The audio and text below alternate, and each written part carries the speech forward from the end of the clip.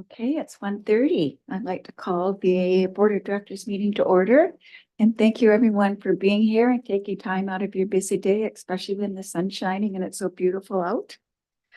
So firstly, I'd like to acknowledge we're conducting this meeting on the unceded traditional territories of Hoopa-Chesset and Shuswap First Nations, and we are grateful for the opportunity to do so.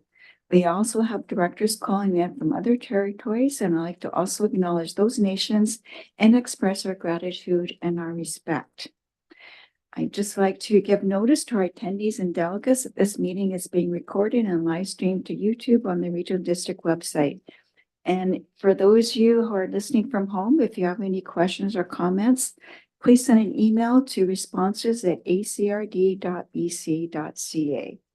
So first we'll do introductions. My name is Debbie Haggard. I'm the Vice Chair of the Regional District Board, and I'm the city appointed representative to the ACRD. And Chair Jack sends his apologies. He's not able to be here today, but he may be able to Zoom later this afternoon. So we'll go around the room and then we'll go to those people who are calling in. We'll start this way. Good afternoon. I'm Daniel Sion, the CAO for the ACRD. Good afternoon, Kirsten Johnson for the Toquat Nation. Good afternoon, Mariah Coots for your Choctaw Tribe Government. Thank you. Good afternoon, I'm Mike Sparrow for Cherry Creek Electoral District. Hello, everyone. Aklama Penny Cote. I'm the Electoral Area Director for Sprout Lake on the ACRD. Welcome. Good afternoon, Heather Zenner, Manager of Administrative Services. Good afternoon, Cynthia Dick, General Manager of Administrative Services. And Jenny Brunn, General Manager of Community Services. Good afternoon, Alex Dyer, Planning Manager. Thank you. Director Siga. Veda Siga, Director for Area C Long Beach. Thank you. Director Roth. Hi, I'm Susan Roth, and I represent the best interests of the people of Beaver Creek. Thank you. Director McEwen. Good afternoon, Marilyn McEwen, Mayor of Euclid. Thank you. Director Beckett. Good afternoon, Bob Beckett, Area A, Bamfield. Director Steer. I'm Director Tom Steer, Councilor of the District of Tofino, coming to you from the sunny shores of Lake Winnipeg today. And Director Boyko. Fred Boyko, Electoral Area Director for Beaufort. Director Minions. Good afternoon, Shari Minions, Mayor for the City of Port Alberni. Thank you. So we have pardon me? Oh, I thought you were telling me something. Something I forgot. Okay, we have the agenda in front of us and the corporate officers listed 2 late items. First one is 91B RC 22014 rezoning application for 15 Sutton Road neighbor letters. And the second one is 91D RE 23011, a rezoning application for 5522 Maple Street neighbor letters. And I would like to read a statement regarding a recent social media post, and we'll put that under late business. Is there any other additions from directors? Seeing none, do you have any other late additions from Heather? No other additions from me. Could I get a motion to approve the agenda as amended? Moved by Director Cote, second by Director Coots. All in favor? Any opposed? Motion carried. Declarations, conflict of interest or gifts exceeding $250 as in value as per section 106 of the Community Charter. Seeing none, we have the adoption of minutes. We have the Board of Directors meeting held on April 24th, 2024. Is there any errors or omissions? Seeing none, could I get a motion that the minutes of the Board of Directors meeting held on April 24th, 2024 be adopted? Moved by Director Coots, second by Director Sparrow. All in favor? Any opposed? Motion carried. So today we have a couple of very important guests and we're going to be presenting them. I'm just going to read what it is representing first, if that's okay. The Fire Services Exemplary Service Medal honors members of a recognized Canadian fire service who have completed 20 years of service, 10 years of which have been served in the performance of duties involving potential risk. Fire Service Exemplary Service Medal Bar. For each additional 10-year period of service in the Canadian Fire Service, a bar bearing a stylized maple leaf may be awarded to the medal recipient. This medal is awarded on behalf of the Governor General of Canada. First, I would like to recognize Fire Chief Mike Kobus, who joined the Beaver Creek Volunteer Fire Department in March of 1992. In recognition of his exceptional service and unwavering dedication, Chief Kobus was honored with the prestigious Fire Services Exemplary Service Medal in March of 2012, marking 20 years of his service. He qualified for the Fire Services Exemplary Service Medal Bar with respect to an additional 10 years of service in March of 22. Do you want to do each one separate? Sure. Yeah, let's do it separately.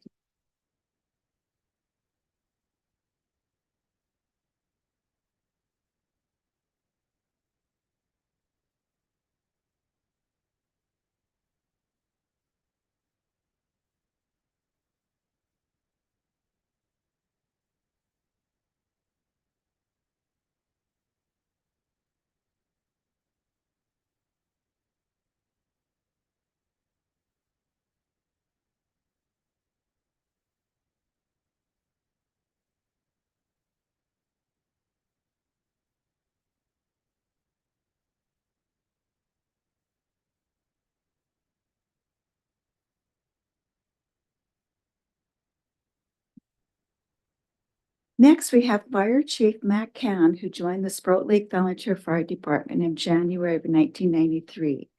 In recognition of his exceptional service and unwavering dedication, Chief Can was honored with the prestigious Fire Services Exemplary Service Medal in January of 2013, marking 20 years of his service.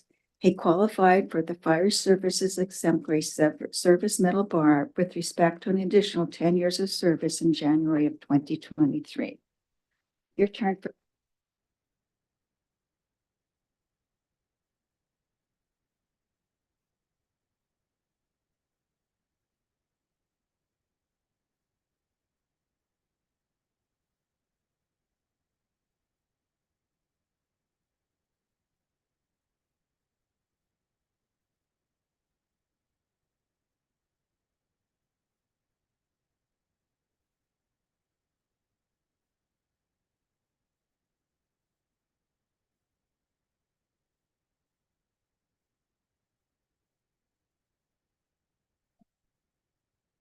When I was reading this, I realized in order to be a fire chief, your first name has to be Mike.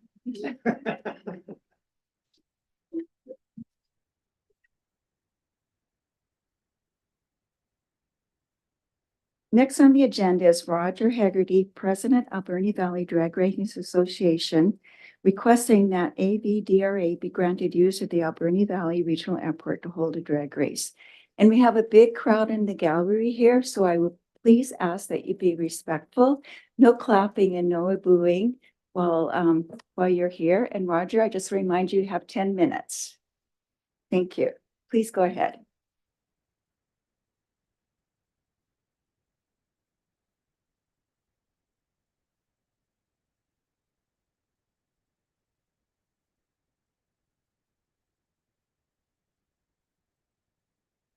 Hello, my name is Roger Hegarty. I'm the president of the Alberni Valley Drag Race Association, and with me today is Harley Wiley of the Shashot First Nation.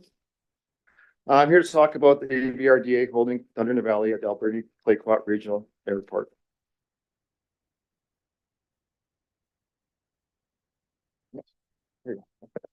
Hello, and I just wanted to be clear that I'm here as a member of the Shashot community and a member of Alberni Valley. And before we go any further, I just want to ensure I'm not in a conflict of interest by being here and supporting this initiative, am I? No, you are not. You're Okay. welcome to be here. Thank you. Thank you for being Thanks. here. All good. Oh, great. Thank you. So Thunder in the Valley. Friday night, the town will be abuzz with racers coming through town and out of town people and cars coming in for the car show and the weekend of racing. Saturday and Sunday, we'll find the bleachers and facilities full of excited race fans watching a and enjoying a weekend of family fun and safe racing. Locally, we have between 50 to 70 local racers, remainder 200 racers and race team members coming from out of town to the valley. In the past, there have been an average of 3,000 spectators per day, and 65% of those spectators are from out of town per day. That works out to approximately 1,950 spectators from out of town. The out of town racers and teams make up another 800 out of town people, which equals a total approximately 2,750 out of town tourists coming to the valley for 3 days to spend their money in our local businesses. This provides a large number of customers and revenue to our local businesses in the Alberni Valley as a community and as well community pride. Survey done in 2004 estimated the value to the valley was $1.1 million for the weekend. Today's inflation, we figure roughly 1.7 million for the weekend. Many respected local service groups like Toy Run, ADSS, Wrestling Club, Track and Field support the event and work with us. In return, we donate money to their clubs. We're among service groups that support and help within Alberni Valley by bringing visitors and revenue to our community with pride.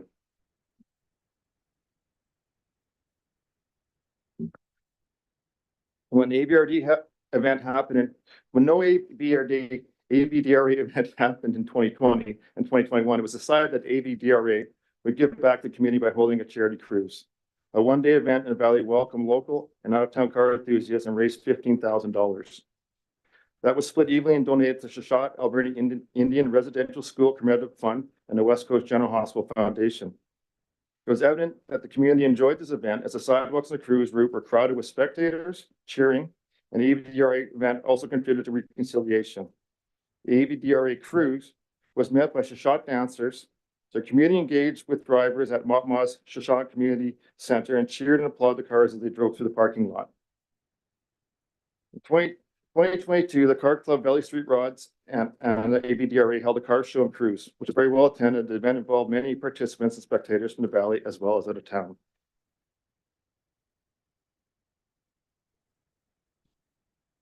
The one-time 2-day ABDRA event does not impact or interfere with airport function. The runway would still function as an airport. This is regularly done in other municipalities such as Port McNeill and Sechelt. As a director of the North Island Timing Association, I can verify that we stop the races for planes to take off and land in Port McNeill at the airport while we're doing racing. In Sechelt, they schedule a 1-hour break where planes can take off and land. The ABDRA can shut the race down at any time if necessary. Our experience in planning and communication, we confirmed that coordinated drag racing will not interfere with airport activities or safety. All aircraft flights can land and take off safely in conjunction with racing. There are numerous other airports holding non-aviation events at airports. We know 12 airports holding drag racing and a couple others holding car events. An article in the Sechelt paper states that a report was given to Sechelt City Council by a Sechelt City employee after 3 races in 2023. It states that the Engineering and Operations Division does not anticipate infrastructure risks in the 3-day drag racing events in 23.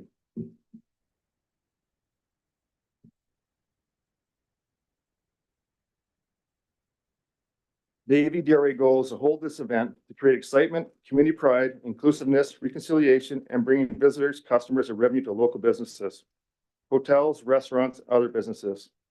Our past ABDRA events have shown the need to build a permanent racetrack in Port Alberni. We continue working with this community actively and count on the ACRD and City of Port Alberni to see the many benefits of ABDRA events. ABRD is an ongoing discussion with Mosaic over the Link Mill site, and it's currently also looking at a piece of Crown property of Crown land that we're interested in. We are not asking for funding. We are not asking for help. We are seeking only fairness for us to achieve our goals for our community.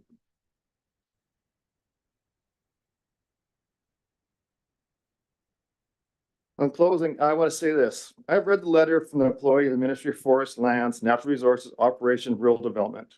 Not everything in that letter is factual. I've also read the Crown land tenure for the ACRD airport. The statements in that Crown land tenure are for the intent of the usage of the land. The Crown Land Tenure Agreement statement means that it has to be an airport, but other activities can happen on site. So as long as they do not interfere with the airport operations and safety, that is the intent of the Crown Land tenure. In the Crown Land Operational Policies document, government document, under ancillary uses for public facilities, A, under definitions, ancillary uses are the uses deemed by the authorizing agency necessary for viable operation and management of public airport facility. Authorizing agencies are the directors in this room and on Zoom. List ancillary uses are different than what the airport bylaws permitted uses are, but they are similar and some are the same. In the plan for the runway expansion, the ACRD recognized that ABDRA Thunder Valley Drag Race and the Thunderbird operations are non-aviation. In 2012, the ACRD made changes to the bylaws to accommodate their usage of airport lands and future uses. In the permitted uses, I counted 20 non-aviation uses of airport lands. So here's the important part. So everybody needs to listen really close because I'm going to quote your bylaws. The ABDRA will be applying under Regional District of Alberni Clayoquot bylaw number P1280, official zoning, text amendment 163.1.1, section permitted uses, bullet N, seasonal exhibition use. Thank you for your time, and I'm here for any questions. Thank you, Roger. You're well under 10 minutes. Thank you so much. And by the way, I love you all your t-shirts. Any questions for Roger? Or did you want to talk? Okay. Go ahead. Yes, Sorry. no, that's fine. A lot of people make that mistake. If I had $1 for every time I got called Harley Davidson or Wile E. Coyote, I'd have a few bucks in the bank. But I'll just add what Roger has said here. I wanted to add my own personal perspective to this. And like I said, I'm not here as a representative of Tsishat Council. I'm here as a member of Tsishat and as a member of the Alberni Valley who's lived here since, the 60s. And, you know, when I left the Valley in 74, I was away for about 50 years. And during that time, one of the main jobs I had was job creation with HRDC, and I worked there from 1981 to 85. And it was about 1983 that after millions and millions of dollars being put into money for job creation on Vancouver Island, and in particular Port Alberni and other resource-based communities, it was realized that no matter how much money government would put into the economy, it was not going to turn around. And if you look up records within the media, I think you'll find that there was a federal announcement that Port Alberni was one of the communities that was declared an economic disaster area. And that was because of the downturn in the forestry industry, which affected everything else. Longshoring, fishing was going into downturn too. So since then, a lot of things had changed. And since then, Port Alberni has been slowly working its way back. And I think we're at a stage where we have a crossroads where some important decisions need to be made. Now, what I'm looking at is, yes, Roger said, looking at being treated fairly to bring something to the community, to give community pride, community money for tourism. And if you look in September 30th, the Alberni Indian Residential School walk had a turnout of 3,000 people or more. And the Alberni Valley Drag Racing Association had its hot rod muscle car cruise that went through the location of the former Alberni Valley. And they were met by Tsishat singers, dancers, and community members that were happy and cheering and applauding them as they went through. And the money they raised was split between the Heirs Fund and West Coast General Hospital. So this is an organization that includes, is inclusive, and it gives. Now, in addition to that, we have Huayet that has brought in a second salmon derby to help the local economy, to help generate more visitors, more tourists, more business, more community pride. And I think that's the thing that I look at with this is it's an opportunity to do something different that applies to people that may not be salmon fishers or other such activities. but is a family friendly activity that could put Port Alberni on the map for other drag racing communities and bring, I would guess, even more people to the valley. So for those reasons alone, doing something positive, doing something different, including other cultures and giving, this is an organization that is not writing words and to be passed in motions and to sit and hope that they get implemented. They're actually doing. So for that, I wanted to stand with them and give my support for this. Thank you. Thank you, Hardy. I appreciate those words. Okay, we have some questions. First is Director Boyko, then Director Roth. Go ahead, Director Boyko. Thank you, Chair.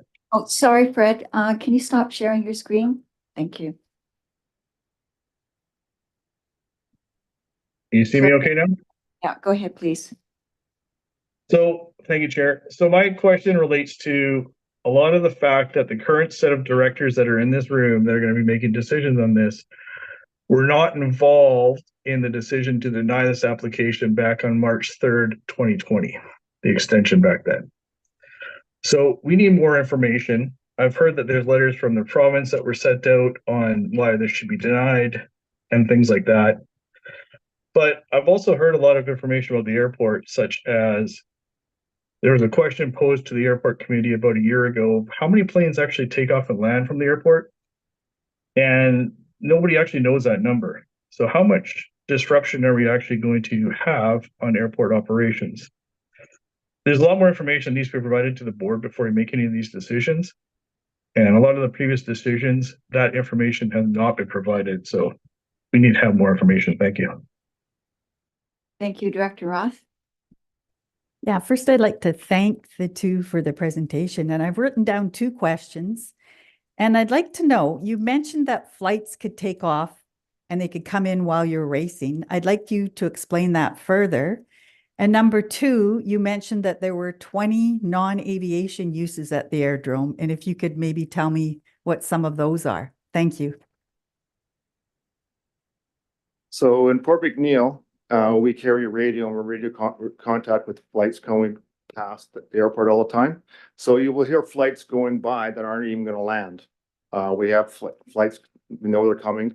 They have, so we're continuous radio contact with the flights going to and coming through. That's how we do it in Port McNeill. We carry radio all the time, so we have communication. And at Seashell, they have scheduled to make a scheduled out. So if someone wants to fly in and out, that's how they do it. They have a pre-planned agenda, and then they follow it.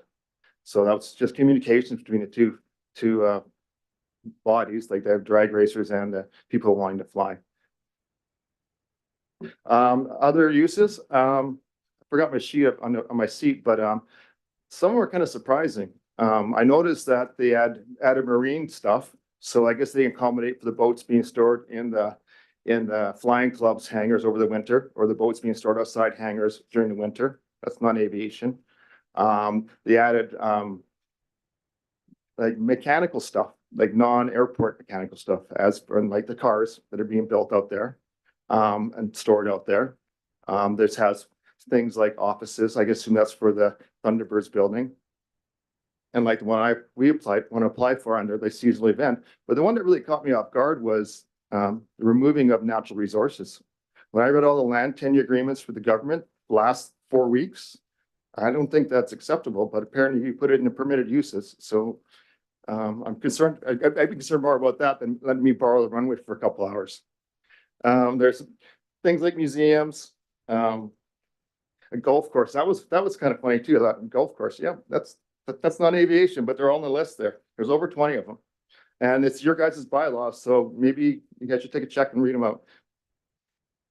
Thank you. Thank you. Any other questions or comments? Director Cote. Thank you. Through the chair. Thanks for the delegation. I am very supportive of Thunder the Valley. There's also lightning on the lake. And you're right, the health indicators of our area are very low, and we're working hard to improve that. Economic development is very important to everyone in the Alberni Valley. The airport is not in Port Alberni, it's in the regional area. It's in my area. that I was elected to represent. My stance at this board has always been that I'll follow and support things that are legal. The way that's been presented to us from the province is that this is an illegal operation that is asking to be permitted at the airport. There was some safety issues in the past that were identified regarding rubber on the runway that might be dangerous for flights. So my efforts have always been, I want to support Thunder in the Valley. I think it's a great entertainment and venue for people to come and race your cars. It's great fun. I'd really love it if you could find another area where we could support it.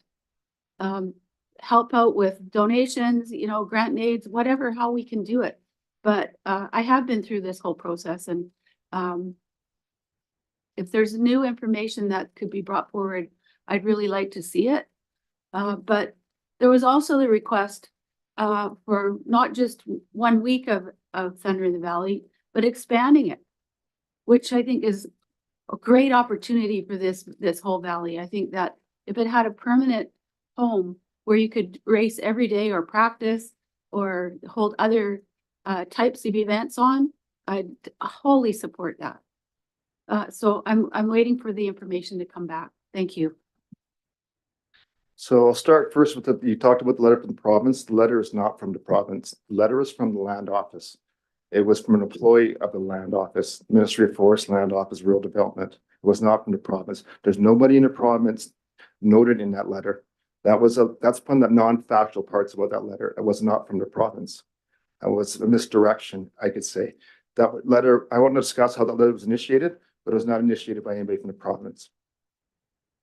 Yeah, you're done. Yeah. Okay, yes, and as he's collecting his thoughts, as for rubber on the runway, my father was a World War II veteran, a naval aviator, so I've been around aircraft since as far back as I can remember, and I've been around airfields and air shows and other things since I was a child.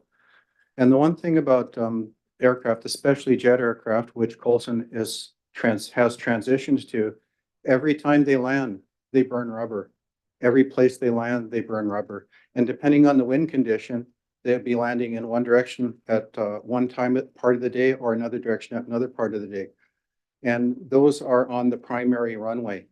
I believe what is being discussed here is the ancillary part of the runway, which is out of the way of the regular aircraft because it's not going to interfere with aircraft. And granted, there is going to be some rubber burned in the staging area where they warm up their tires and at the beginning of the start of the race, but it decreases the farther they go because the rubber makes more traction. So I understand the concern, but for somebody that may not be as familiar with aircraft and the nature of burning rubber on landing and drag racing and the staging area, et cetera, I don't see a problem with what's being proposed. Thank you. Go ahead, Director Cote. Thank you. So part of the safety was not for the planes, it was for the cars. There was Mr. Wilson sent a letter saying that by taking the rubber off the track and us doing that, it was a hazard to the cars, to the racers. That's what I was referring to. Thanks. Okay, I'll comment a couple of things there. So the safety, like last time we applied, there was lots of safety concerns. We addressed every single one of them and met every one of them. For example, the Seashell airstrip is exactly as ours. They did an expansion similar to ours, all the same navigational lights that we have. And they had a pause they went for 25 years, had that break while they had expansion. Then they had another pause for COVID, and now they're back running on the same thing. For the rubbers, like as Harley was explaining, we'd have to build a box outside the runway to do all our burnouts on, because that's the only dangerous rubber for anybody, because that's where you have thick rubber that can then peel off afterwards. The rubber on the air, we can race on no prep. That's the biggest thing happening right now. And as you race, the rubber gets better. So there's no safety concerns for the cars.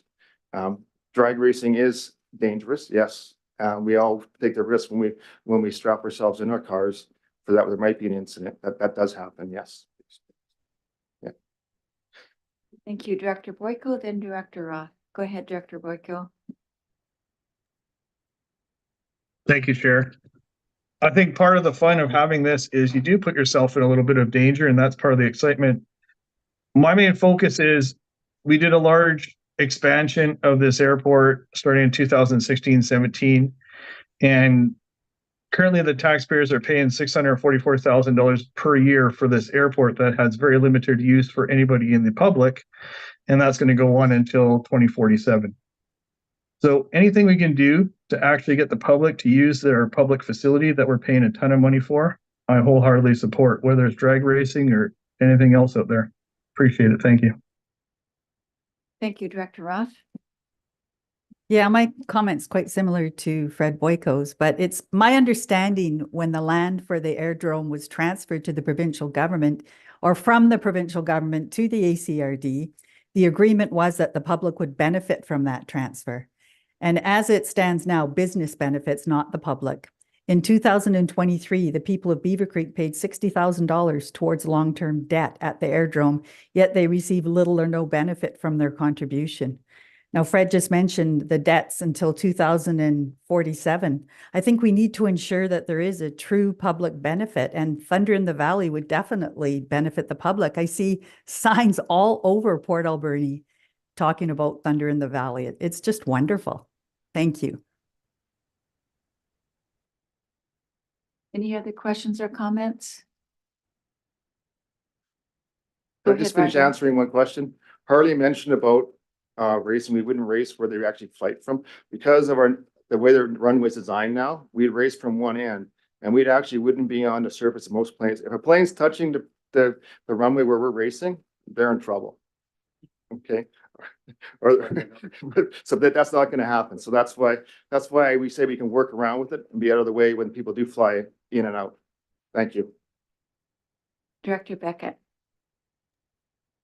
Thank you. I certainly support Thunder in the Valley and all they do and bring to the community and to the racers and their fans and their friends. I guess this is a process question for the board. And, I was on the board the last time we had these deliberations, and moving forward, as Director Boyko had alluded to earlier on, we need some factual information, and I guess that's where I'm coming from. The last time we had these deliberations, it went on and on and on, and I don't think it was. It certainly wasn't the outcome that the racers were looking for. But more importantly, the process was very long and frustrating for everyone. So, what is it that the board needs in order to make an appropriate decision for this group of volunteers? That's my question, and I think that I would be looking to hear from staff as to what they would procure for us, including the airport manager and other authorities, be it provincial or federal. Thank you. Can you respond to that, Daniel? Yeah, good questions. And yeah, what staff can do is we can assemble a report of the information we have. We can obviously, we do have an open line of communication with Thunder in the Valley to make sure that the information they're presenting is included in the report. And in essence, just be completely open about everything that we're looking at, the pros and cons of the decision. And if there's anything legal, then we would flag it at that point as well. And so, yeah, I think what staff can do to help is assemble the information we have and put that in a singular report to the board for deliberation. Madam Chair, if I could, thank you, Daniel, for that.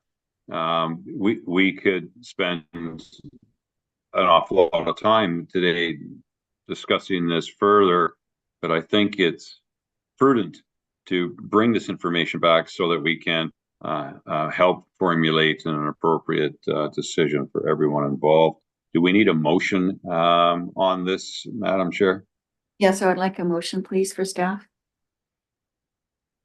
Obviously, I'm not crafting it in front of me, but it's essentially directing staff to and working in consultation with Thunder in the Valley, procure the necessary information that will allow the board to make an informed decision. Thank you. Moved by Director Beckett, second by Director Roth. Any other questions or comments? Director Boyko, are you raising your hand for a question? Yeah, just a quick question. I'm trying to find that provincial letter in all the board meetings from 4 years ago, and I can't find it online. I can see where it's mentioned, but when we get more information, please make sure that that is added as well. Thank you. That was actually an in-camera letter, so I'm not sure how the Drag Racing Association got a copy of that letter. Perhaps we can have an in-camera meeting and that letter could be put to the current directors. Thank you. I can also just remind the Drag Racing Association, I went through your Facebook page over the last couple of days just to familiarize myself. And you seem to be blaming one director over the vote that was no. And it was your post, Roger. So I just want to remind you, each director around the table has one vote. So you can't pinpoint one director for causing the cancellation of the drag racing. Sorry if I did that. I'm usually pretty, what's the right word? Political about not doing that kind of thing. Could you maybe tell me when that post was made roughly? I'll go back and edit, because I do monitor. I don't let people bash people or companies. I'll have a little bit of lenience with people because personal opinions, but as a group, we don't bash anyone in particular or corporations. Thank you. I don't have it on the top of my head, but what I'll do is I'll take a picture of it and send it to you. How's that? That'd be great. Thank you. Thank you. And thank you for that comment. I do appreciate your diligence. Any final questions or comments? All in favor of the motion?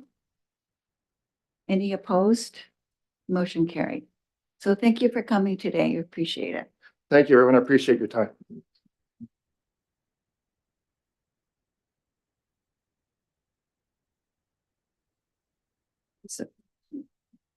So we'll just give it a minute or two while everyone leaves. Thanks, everyone. Thank you.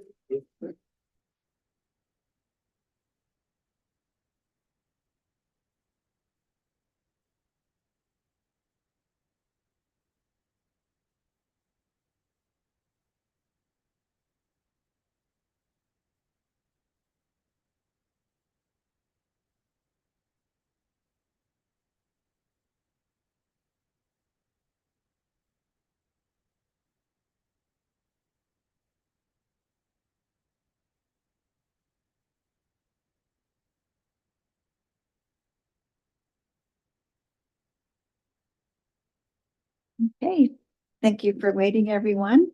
Next, we have correspondence for action, a request for support on Sprout Lake Weir Plates, Sprout Lake Community Association regarding concern within the community about Sprout Lake Weir Plates and the community's association interest in more robust planning and action to mitigate the impacts of climate change.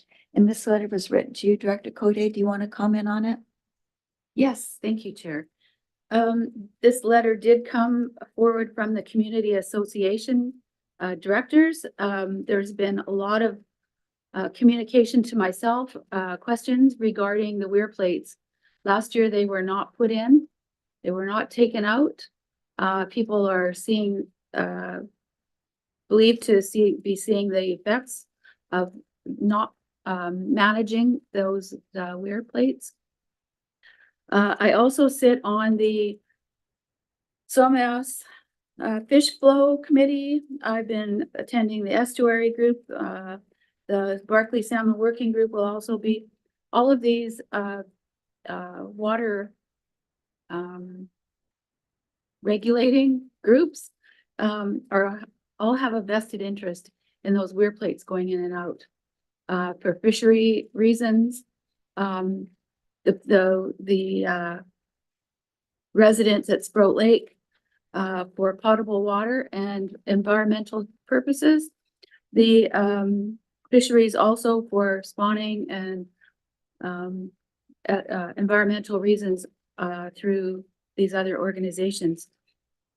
I've had conversations with Catalyst, especially at the Somas Fish Flow, requesting that the plates be put in and taken out. We've found out permits are in place now. Everybody was finger pointing last year.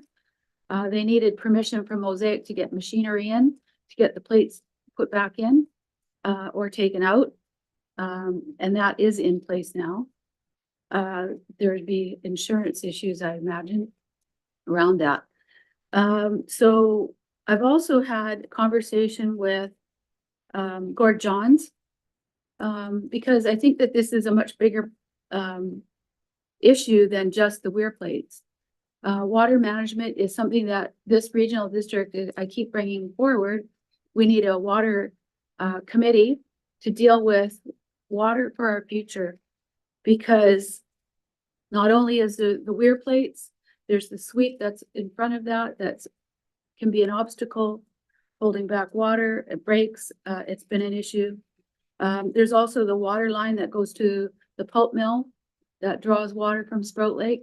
Those are two huge areas where we should be looking at management and making sure that water management is in place. There's also the Great Central Lake Dam and the Saddle Dam at Great Central and a sweep there that Catalyst does a much better job at monitoring and placement of those stop logs, where they've neglected the weir plates for the past few years. Only since we've been complaining and calling it a big issue, because it is, have they been actually working on talking with the community to make sure that we're heard and that the plates are replaced in a timely manner and taken out in a timely manner. So I have heard from Catalyst that the plates will go back in, but they're waiting. It will go back in, but they're waiting for the water to go down so that it's safe to do so. So we're holding them to that. They said May or June they would go back in, and then they would take them out again in the fall. There is now a formed environmental committee at the community association. So they're just getting up to speed on that, and hopefully they'll be included going forward. There was further conversation that I can talk about later at the Sprout Lake owners meeting that they had on Sunday. Thank you. So I would like to make this motion unless there's any other further conversation. Is there any questions or comments? Director Cote, would you like to make the motion? I would like to make the motion that the Alberni-Clayoquot Regional District directs staff to collaborate with the City of Port Alberni to provide recommendations to Catalyst paper on the timing of the Sprout Lake weir plate installation and removal. Thank you. Moved by Director Cote, second by Director Siga. Any final questions or comments? All in favor of the motion? Any opposed? Motion carried. Next is a request for a letter of support, Ukultat Government, April 24th, 2024, regarding a letter of support regarding an application to secure funding through BC Housing's Indigenous Housing Fund. Do you want to speak to this request, Director Masangelo?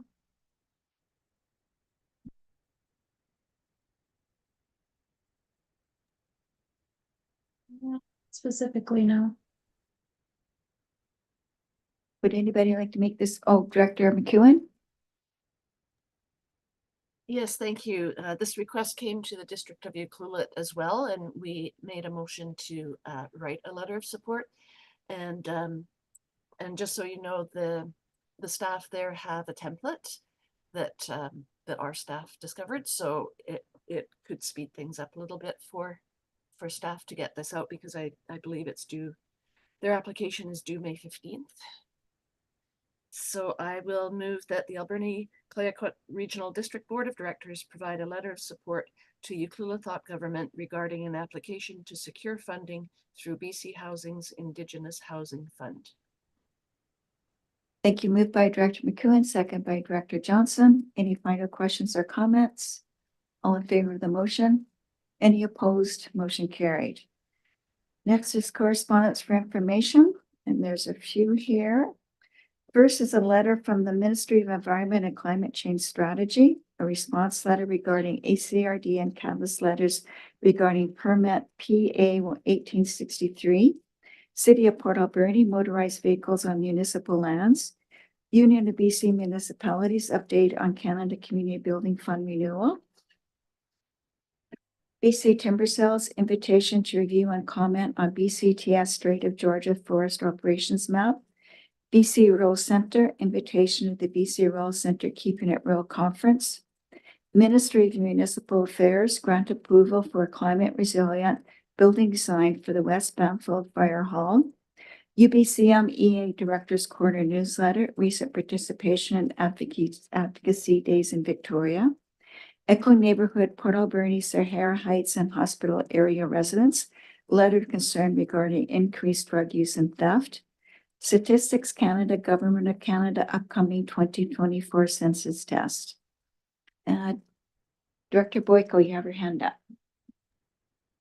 Yes, thank you, Chair. I just want to pull out item B Bravo for a quick comment.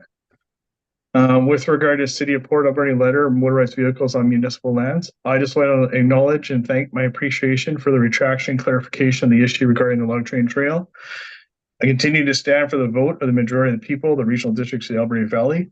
I understand sometimes it's difficult to find one solution that one size fits all solution for all the community issues we face as a community.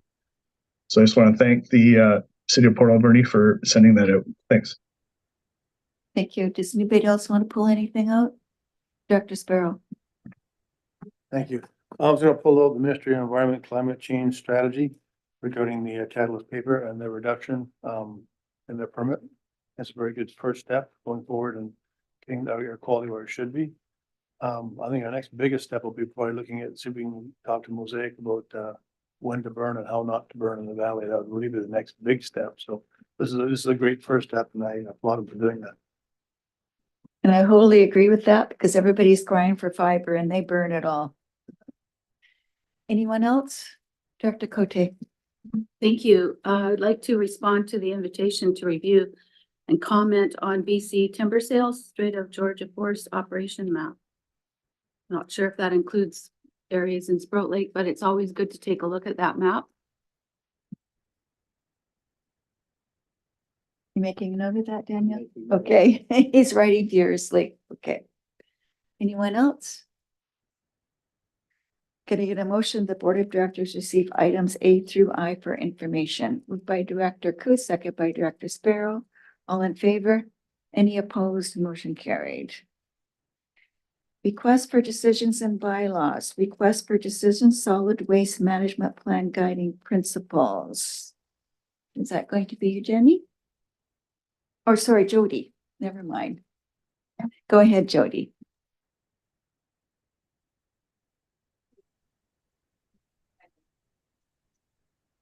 Oh, we can't hear you, Jody.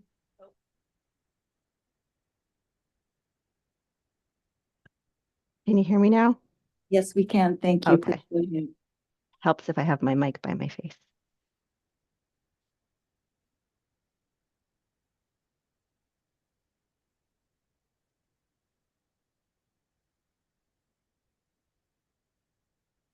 All right, just confirming you can see the slide show and not my notes. Perfect. All right.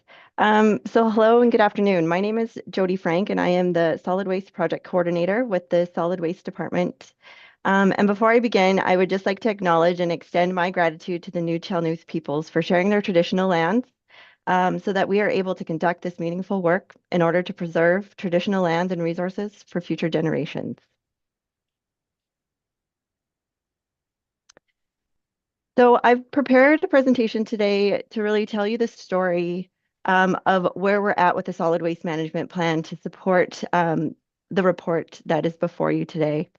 So my intention for this presentation is to provide you with a summary of the solid waste management plan purpose and the process, to fill you in on the work that we've done as a group and accomplished to date, including the guiding principles, take you through the next steps in the coming months, and answer any questions that you may have. So as most of you are aware, a solid waste management plan outlines how a regional district will manage solid waste over the next 10 years. It's a long-term vision to identify the future programs and infrastructure needed to reduce the amount of waste we send to landfill and to efficiently manage those costs over time.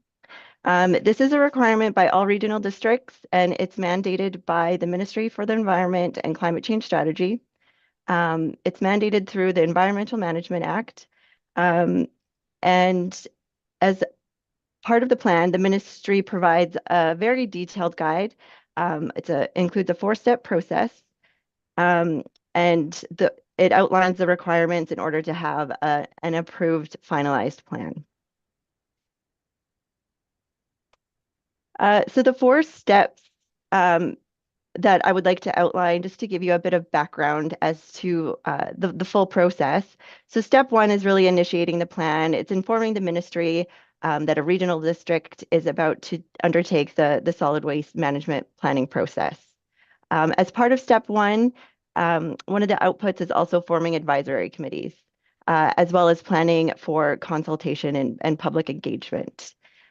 Step 2 is setting the plan direction. So that is consulting the public on future goals and priorities, preparing background information, assessing the current solid waste systems, considering trends other regional districts are undertaking, looking at island initiatives when it comes to solid waste, and then developing guiding principles. Guiding principles really act as the guiding North Star for the solid waste management strategy. And then moving on to step 3. So this is how we evaluate options. We develop potential strategies that really form the action plan for the strategy. There is a feasibility component that assesses financial and administrative implications. And then there's a second phase of public consultation. So once those strategies are developed, we go out to the public and gather their feedback. Step 4 is really preparing the draft plan. So finalizing the draft with the input from the public, and then a 3rd round of public consultation is required. And then after that review is done, we go to the board and then submit board for approval and then submit to the ministry. So that's a quick overview of the 4-step process. My next slide, this is a video I usually save to the end, but I'm going to play it for you now. It's a really great overview of the process and how it relates specifically to the ACRD.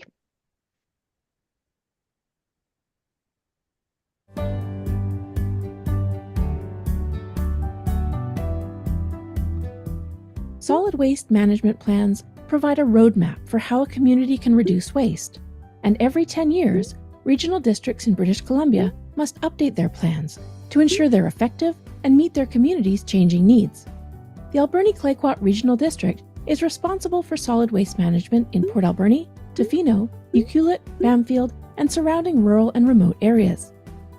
All of the targets set out 10 years ago in our current plan, such as improving local recycling options and providing upgrades to our collection services, moving from manual blue box to the new Sort and Go automatic cart system, and expanding the service to include organics diversion, are complete.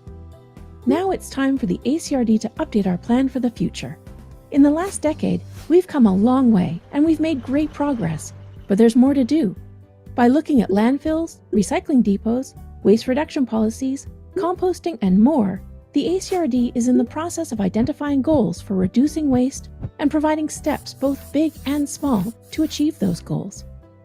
From remote locations to urban neighborhoods, our communities manage waste in diverse ways. However, whether it's managed through roadside collection, self-hauling, or community transfer stations, we each have a responsibility to reduce the waste that we produce. On average, each person in our region currently generates 576 kilograms of garbage annually. That's more than half a ton, around the weight of a newborn gray whale. As the provincial target is 350 kilograms per person, there's room for improvement. After all, the ACRD's landfills have limited space, so it's important that we extend their life as much as possible.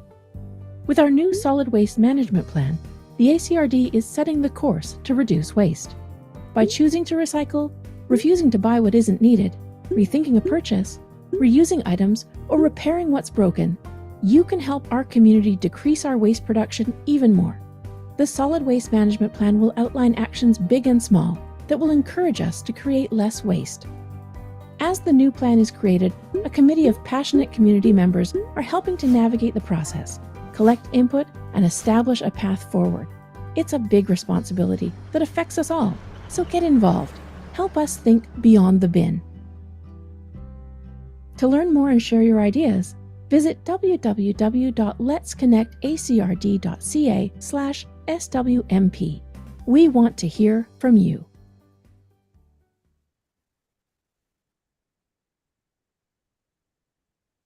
Great video, Jody. Thank you. Thank you. Now there we go.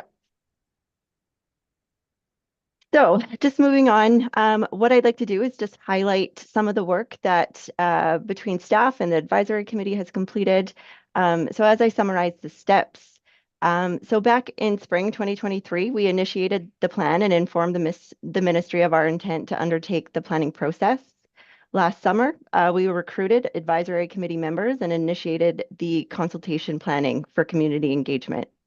September 2023, we were able to do our first project kickoff meeting with the advisory committee. And then October through to December, we launched that first phase of public engagement, which I'll speak to in my next slide. Earlier this year, we started work on developing the guiding principles.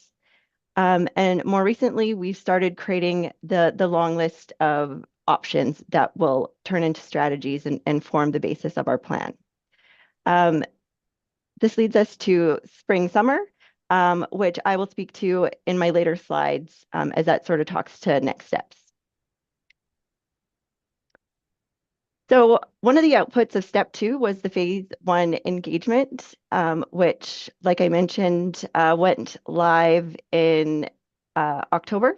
So this was a way for us to gauge how the public uses solid waste systems and identify what priorities and goals around solid waste that they had for the future. It was also a way for us to seek input on how to improve current services.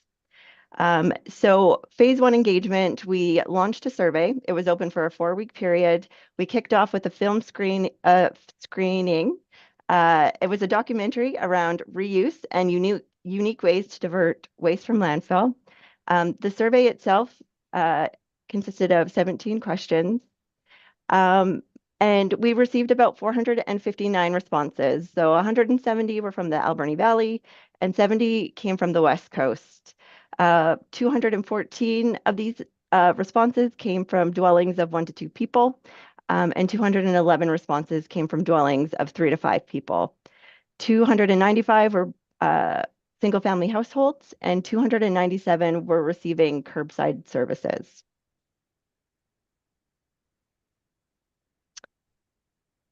So this slide highlights some of the important considerations that for the ACRD to consider as we develop new programs. This is important to keep in mind for a later slide. So the important considerations that the public wanted us to consider was around waste reduction, keeping costs low, and waste diversion. And priority areas for respondents were around recycling for business, organics for businesses, and expanded organics. So this is areas not currently under the scope of the Sort and Go 3-stream program. So for rural, remote areas, as well as multifamily dwellings as well.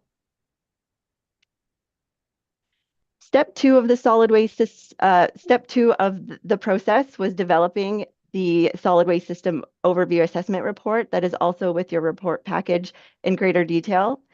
It really highlights the current solid waste systems, as well as the important data to be used as options and strategies are developed. One of the key slides that I'll just share with you now with these images. So 22,253 tons of waste were disposed in 2022 as garbage. And this is combined at the AV landfill and the West Coast. Disposal by waste shed. So 81% of waste disposed is happening at the Sort and Go AV Sort and Go Center. And about 18% is coming from the West Coast. Total waste disposed as garbage. So that image on the right, so 35% of waste going to the landfill is coming from our residential stream, and 65 is coming from the IC&I sector, which is institutions, commercial, and industry. And the remaining 28% is coming from construction and demolition waste. And I will loop back to this slide, but just some important data for you to keep in mind. So another output of step 2 was forming the advisory committee. So this was made up, our committee was made up of 12 members of the public and 9 technical members. They really make a great representation of our ACRD communities. We have members from the Alberni Valley, from the West Coast, the business sector, and individuals that just are representing public interests. We have great First Nations representation from 3 communities. So Sashot here in the AV, Taloquit on the West Coast, and Hawaiiat out in the Anakla Bamfield area. Our chair, John Jack, and co-chair, Tom Steer. And as part of the committee, we've had an opportunity to be hosted in 3 First Nations communities. And as part of our committee workshops and meetings, we've had cultural welcomes and historical learnings that we've been able to incorporate into our knowledge sharing. In June, we're excited to have you checklist it, share with us, and provide a knowledge sharing opportunity as well.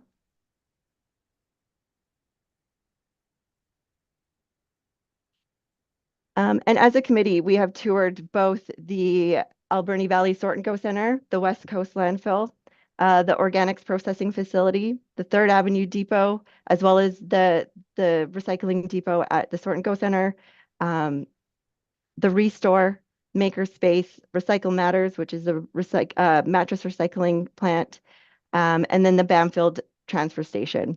These tours have really allowed the committee members to gain knowledge and perspective around the majority of our solid waste facilities, how they operate. It really helps with the understanding of the gaps within our system, limitations, and opportunities that can be developed within the new plan. And if you look close enough, you might be able to spot a past board member.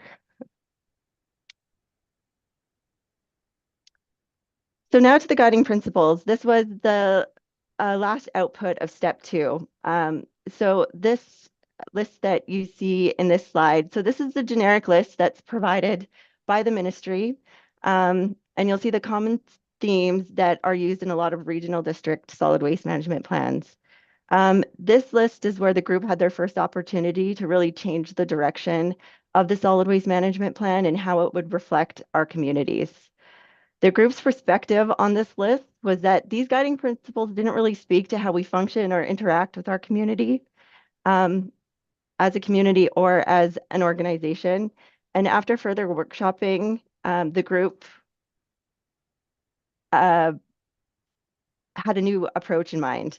It was agreed that we would look at the New Chill, New Sacred Principles as it could serve as a perfect framework for the guiding principles. So using examples from New Zealand and other ministry examples, we were able to come up with a really meaningful piece of work. And this is, these are the guiding principles. So this is what makes up the report and is before you today. And so I am going to go through these because they just have a great powerful meaning. And pardon my translation, but I'm going to give it a go. So the first one is Isak. utmost respect. Personal and collective respect for the community and its people, traditional knowledge, the natural world, the metaphysical world, and other peoples and community. This speaks to how we are responsible and accountable for how we make, consume, and dispose of things in a fiscally responsible way. We are leaders in how we provide solutions to address waste reduction, diversion, and solid waste management strategies. It also speaks to how we protect and regenerate the natural environment, lands, and natural systems. The second principle is uasuk, taking care of. In this context, this is about taking care of the present and future generations, as well as taking care of self and the resources provided by the land and the natural world. We are creating a community that prioritizes using the waste prevention hierarchy to manage materials and products through systems and behavior changes that set norms and habits and add convenience. We support circular economy and low carbon footprint approaches for rethinking and redesigning products for durability, reuse, and recycling. We ensure the costs and benefits of change are distributed equally, equitably among communities and across generations. And the last guiding principle or sacred principle, Hishuk Ish Tawak, everything is one. So this is the notion of interconnected and interdependent and reciprocal relationships between people, the land, and the wider worlds in a physical, spiritual, and social sense. This speaks to how we think across systems, places, and generations to deliver accessible, equitable, and inclusive outcomes.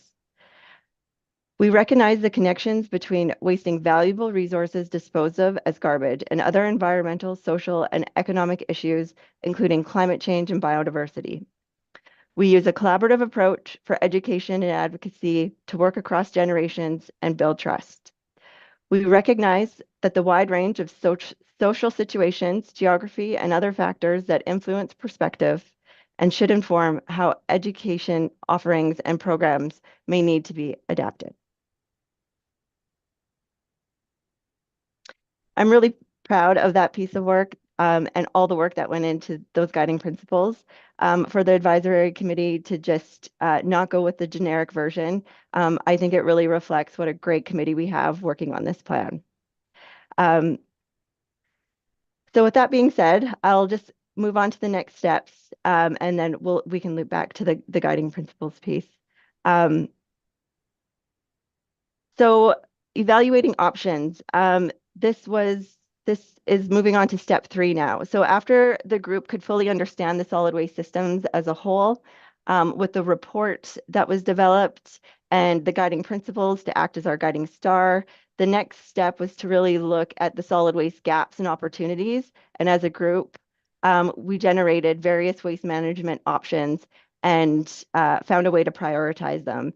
So the picture on the left, those Post-its multiplied, that is just the very basic version of all the waste management options that the group thought of. But eventually we took all those ideas and plotted them in 2 different ways, just to gauge priority level. So the first exercise, we took level of effort, time and money,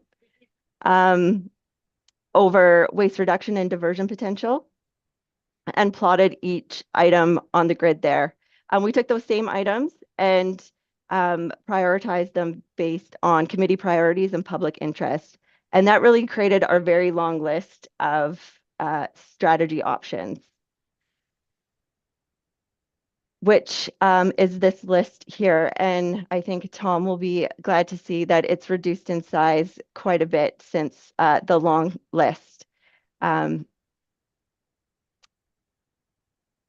So these draft strategies will continue to refine, but this really breaks up the plan into actionable steps. And it's also important to think back to those earlier slides when I talked about the public engagement pieces and the feedback that we heard around waste reduction, diversion, business recycling, as well as that piece that showed how much waste is being generated by business. So these are in no particular order of importance, but number 1, education and behavior change program. So one of the strategies is to apply education and behavior change programming across sectors. Without education, we can't change behavior, and we can't effectively influence any of these items on the list. So I see number one being very important. Number two, we'd like to move to a strategy where we can use reuse and recycle one-stop shops.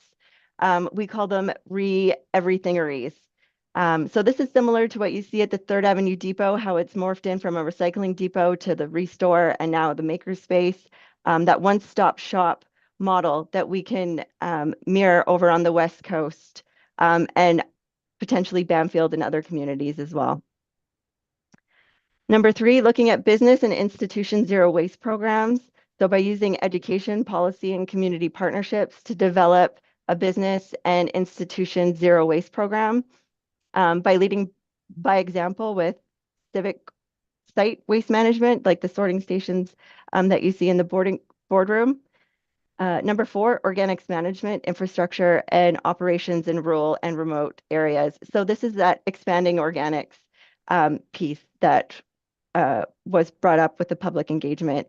This looks at establishing rural and remote food scrap drop-off or on-site in-vessel composting systems for more of those remote rural communities where they can integrate the compost into demonstration and education community gardens. Number 5 is expanding the 3-stream collection programs. So not necessarily curbside, but just being able to provide a collection program for recycling, organics, and garbage across all single family households not currently in scope of the Sort and Go program, multifamily residential buildings, as well as outdoor public spaces and any special events that are brought into the ACRD communities. And ensuring that they have proper waste management systems set up before an event can take place. Number 6 is around the construction and demolition material. So this would be supporting ways to reduce, reuse, and recycle the built environment during construction, renovation, and demolition phases. So this speaks to that piece of the pie that C&D contributes to around 30% of waste going to landfill. Number 7 is other material and product end-of-life management. So this is looking at other hazardous materials, not in the EPR systems, but like paint and batteries, building responsibly best practice approaches to handle those materials, as well as bulky items. And then the last item is residual management. So anything that can't be diverted is a residual. And this goes to the landfill or a sort and go center. And this output is really gives us the ability to manage residuals responsibly for each waste shed. So that's a lot. So I'll just wrap up by kind of walking you through our next steps, which is we're still in that step 3 phase, which is evaluating and finalizing those options. So this really takes us to the present phase and the work that's underway. So with that draft list of strategies, our plan is to start staff-to-staff conversations. So we've actually already started this. This allows us as ACRD staff to understand what priorities are in each community, what's working, what's not working, what they would like to see in the future, and to make sure that those draft strategy options are sufficient for each of our communities. And talking with various staff members in public workspaces will give us that information. So we've started these conversations with Uchuklastit and Hawaiiat and are continuing these conversations currently.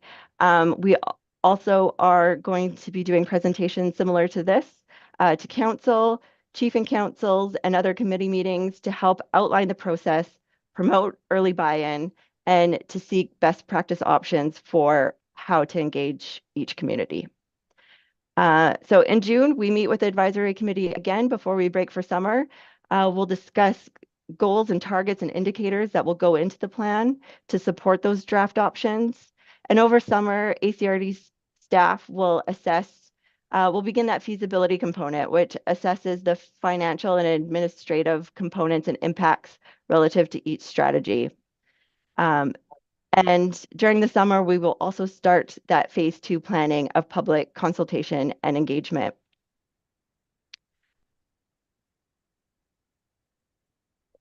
Oh, I think I got ahead of myself. And then the fall and winter, which will wrap up step 3. And so October is when that phase 2, so summer we're planning, fall we're executing the public engagement and consultation. So we will have conversations with the public on those proposed strategies, the goals and the targets, followed by a review period. And we will consider that feedback from the public and factor that back into the plan, which takes us to step 4, which is to incorporate the feedback, finalize those strategy pieces, and form a draft plan that will go to the board for approval, and another round of public consultation for any last feedback or changes, and then submitted to the province. So that, in a nutshell, is the solid waste management plan process and an update as to where we're at and what we have planned for the future. I invite you to, if you have not already had a visit to the Let's Connect page, this is where all of our information is stored. So from timelines to every advisory committee meeting, we also have a public summary document. So it highlights what's been discussed as a group. It has the video that I showed with you prior. And so if you can share with your community members to stay connected to this page, we will continually be updating the content here. So that wraps up my presentation piece, and I will take any questions. Thank you so much, Jody. That was a lot of information for all that hard work. First, we have Director Siga, then Director Boyko, then Director Steer. Go ahead, Director Siga. Thank you very much. That was a really good presentation and overview, and certainly a lot of the information that you have are questions that I have responded to in the public here. The video is very effective, and that alone has, I feel like I've been saying the same stuff over and over to members of the public, and I was just wondering if it's possible to perhaps approach the chambers of commerce and have the video playing in like banks and stores, because I mean, I think it kind of encapsulates a lot of the questions that are being asked out in the public. But yeah, good work. Thank you. Thank you, Director Boyko, then Director Steer. Thank you, Chair. And thank you, Jody, for putting that all together in a presentation. My question is regarding community engagement. Now, I'm seeing a lot of reliance more and more on surveys, that sometimes we get good public engagement, we get 1,000, 2,000 people show up, and sometimes we get 10. What are we going to do to improve community engagement besides just having a Let's Connect survey page? I just want to hear some ideas, just because I'm predicting very low engagement for this current thing, because not a lot of public is excited or angry or happy about this. But I just want to see what else we can do. Thank you. Thank you for your question and comment. And I think we're on the same page here. So as we go into summer and we start planning for our public engagement, this is very much on top of my mind, is how do we get quality public engagement and hit the right people and get feedback that we can incorporate into this plan. So although I might not have the answers just yet, but it is something that I am putting my efforts into, looking beyond just surveys and the norm to seek out how to really engage our community for meaningful feedback. Thank you very much. Thank you, Director Steer. Yes, thank you. And I just have to upfront say the amount of thanks and acknowledgement for Jody and her team's work on this, the incredible amount of work that has gone into this. I cannot overemphasize to the board.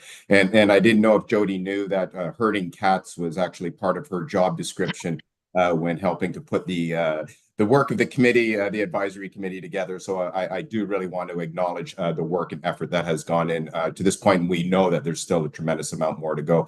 The process itself has been tremendously rewarding. And I think Jody alluded to the guiding principles format where the board or the advisory committee had recognized that generic template was not going to fit the bill. And I am very proud of that process as well. And once again, I think we're on a solid path to an excellent and progressive management plan. So once again, just thank the staff on this and our consultant. And to Director Boyko's point, he's absolutely right. This is a hard. I mean, I'm completely engaged, and I'm surprised why nobody else on the planet is. But this is an incredible service that the ACD provides to the residents of the Alberni Valley and the West Coast. And unfortunately, it is not something, because we just take it for granted. And I agree 100%. It will be a challenge to have that engagement. I think the work that Jody and her team has done in terms of putting together, as she mentioned, a very good advisory committee and the technical staff that she has available. They have reached out to what I hate to say, the appropriate members of the community that have real interest and input into the progressive management. And it'll just be figuring out a way to the more collective communities out there to engage. So she's already she's humble, but she's already done a tremendous job in that engagement process out there. So once again, I just want to thank for the work of the staff. And if I could, I'd like to make the motion at this point to that the Alberni-Clayoquot Regional District Board of Directors endorse the 2024 Solid Waste Management Plan guiding principles as presented. Moved by Director Steer. Do you have a seconder? Seconded by Director McEwen. Any final questions or comments? Director Sparrow. Thank you for that. I noticed that the ICI and R&D was the majority of the products going in to the landfill according to the chart. And I think the Regional District of Nanaimo has a bylaw that, like I said, penalizes would be the right word, to people that are contributing too much. Do you know of that bylaw, and are you looking at anything like that in the solid waste management plan to reduce the amount of ICI and RNP into the landfill? I am aware of the policies that the RDN is putting into place at the moment. So we are constantly looking at what's happening with other solid waste management plans and what our neighboring communities are putting into those plans. We also have a consultant working with us who has done a ton of work working with other regional districts as well. So constantly doing those environmental scans. And once we delve into what that strategy piece will look like, I'll be able to report back on sort of our strategy going forward. But yes, I am aware of the policy in place with RDN. Thank you. Any final questions or comments? All in favor of the motion? Any opposed? Motion carried. Next is request for decision, Alberni Valley Regattas Association Boat Lake Noise Control Bylaw Exemption Request. We're going to have our planning manager, Alex, speak on this. Please go ahead.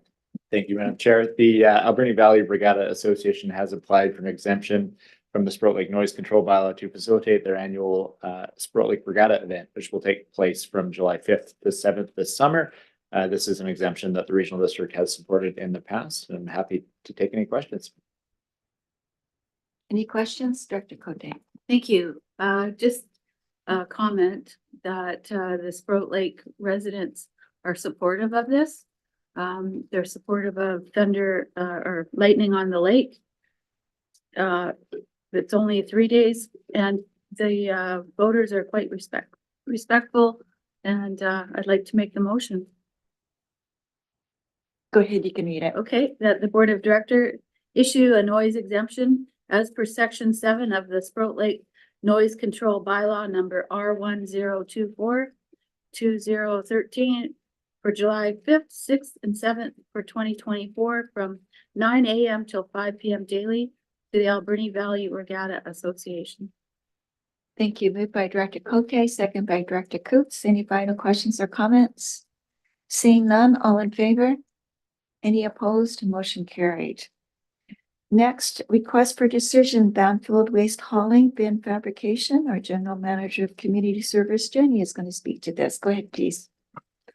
Thank you. We are looking to award the purchase of bins. They'll be fabricated in Alberta and hauled to Banfield, and this will allow us to change the contract for bin hauling in Banfield so that we are more likely to get local haulers to bid on that contract. Director Cote? Thank you. Just a question, why are we getting them made in Alberta? We went through the procurement process and we actually had no bids submitted. And so we reached out and directly negotiated with a company who provided us the lowest cost option. Actually, it was under what we had estimated in cost. So they are willing to do the fabrication and deliver, and they were the only ones available. Dr. Sparrow? In the future, at this time, would it be wise to look at like the high schools and that and see if they would like to take on some of these projects in the non-structural aspects of welding on these things? Because they could use the training and definitely there'd be valid. That's a very creative solution we can consider in the future. Thank you, Director Boyko, then Director Beckett. Go ahead, Director Boyko. Well, I like what Director Sparrow just said, but not just the high school. North Island College has a very active welding program, and they would love to practice on some bins that are nice and straight welds, nice stick welding. I'm really surprised that no one locally has wanted to bid on this. My question is, how accurate is the budget of $120,000 operating cost? Is that actually from people that are bidding on it, or is that just an estimate from staff? Thank you. Yes, so that's an excellent question. So we have had Waste Management doing the contract for us for a number of years, and that cost continues to rise every time we go out for RFP and we do not get any other bids, and even Waste Management won't bid on it, and then we have to ask them for a cost to do the work. So we have been in discussions with local hauling companies and asked what they think they might be able to service it for. That does not guarantee that price, but it is a relatively good estimate of what we think it will cost. So once we have the bins in place, we will reissue an RFP for the hauling services, and we will find out what the actual price is. Thank you. Just a follow up. What is the responsibility of the ACRD and more specifically the Banfield taxpayers to maintain these bins when they get damaged? So that cost is going to come from the hauler through the taxpayers, but now directly to the taxpayers through the ACRD. So who's going to be bringing them back and forth and fixing them and all that kind of stuff? But it's also the fact that the sole source contracts, whatever you want to call them, from Banfield, this is the second one that I've seen in the past 2 years. The first one was the water system, where basically no one else wants to do it. Only one person's bidding on it, and they're getting 20 or 30% raises every year. Seems very problematic. In regards to the maintenance of the bins, that's correct. So now in our current contract, the bins are rented and maintained by the hauler. So Waste Management does that. And when we purchase the bins, we're taking over the maintenance of those bins. And we have actually already done, just for bear proofing purposes, we have a local welder who can do repairs out there. So we will be taking on that role, and we think we have people who can do that work for us. Thank you, Director. Thank you. Thank you. I think Jenny just answered it when she talked about repairs to the bins vis-a-vis the bear proofing. And I just wanted to confirm that these new bins not only are bear proof, but have we consulted with our own local area wildlife advisor regarding the technology that we're going to use, albeit relatively simple on these things? Yes. So the bins we're getting, I was going to try and keep this short, so I didn't say much, but I'm getting all the questions. I probably should have just explained it up front. The bins we're getting are all accessible. So, they're the old style that we used to have, so that they have the bear-proofing lids that you pop up. They're nice and low for shorter people so they can easily access them. And then there's no, it's the driver themselves that does the locking of the bar so that we can't have human error in unbear-proofing these. And those are in line with what our Bear Safe coordinator locally has recommended. Thank you, Jenny. My wife will be pleased. She's a very short young lady. With that, I would like to make the motion that the Alberni Clayoquot Regional District ACRD Board of Directors award the Banfield Waste Hauling Bin Fabrication Contract to Environmental Metal Works Limited in the amount of $87,246, excluding GST, and authorize the CAO to negotiate and execute the contract on behalf of the ACRD. Thank you. Moved by Director Beckett, second by Director Steer. Any final questions or comments? All in favor of the motion? Any opposed? Motion carried. Next is request for decision 2024 to 2025 annual operator agreement for Alberni Valley Custom Transit. And General Manager of Community Service, Jenny's up again. Thank you very much. So this is our yearly contract for custom transit, and we have an annual operating cost of about $727,000, which is up from last year. However, we had a carryover from the COVID restart funds, so we've been able to maintain no tax increases. This has already been included in the financial plan. With anticipated revenues of about $36,000, that means that the net share of ACRD costs for this year will be approximately $235,000 and a little bit more.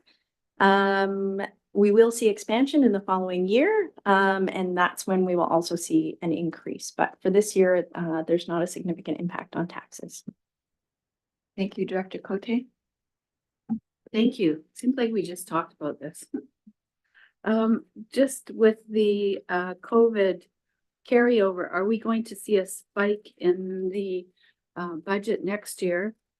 And are we going to be getting a presentation at all, a delegation from the BC Transit on this year's commitments? Thank you. Yes, so because we have both expansion and we have run down the reserves, we will see an increase in taxation. And the good news is that we've been able to sort of buffer that where we normally would have seen it. As we expand service, we see increased fees. So we'll be doing presentations with you, of course, through the financial planning. We did have transit come on recently to both the AVB committee as well as maybe a committee of the whole, and they were talking about this custom transit, talking a bit about the good news that they're going to be working on taking over the West Coast Transit, and then also the future transit studies plan. So they did just come, but we're happy to invite them again, maybe in the fall. That would be a good idea. I'd just like to have some numbers for Sprout Lake as far as ridership goes. I think it's important that we look at that now. Thanks. Thank you. Any other questions? Would someone like to make the motion? Director Cote. I'll make the motion that the Alberni Clayoquot Regional District Board of Directors approve execution of the 2024-2025 annual operating agreement between BC Transit and the Alberni Clayoquot Regional District for the Alberni Valley Custom Transit.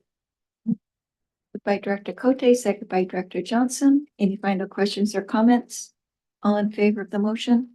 Any opposed? Motion carried. Next, request for decision, grant funding application with UBCM Asset Management Planning Program. Our Chief Financial Officer, Terry, please go ahead. Thank you. So before you today is a request for a resolution to support a grant application. We discussed this project during the budget process as it was one of our picks, our proposed case initiative, but basically to get some GIS mapping done of our parks, our trails, and our playground equipment. Happy to answer any questions. Thank you, Terry. Any questions? Director Steer.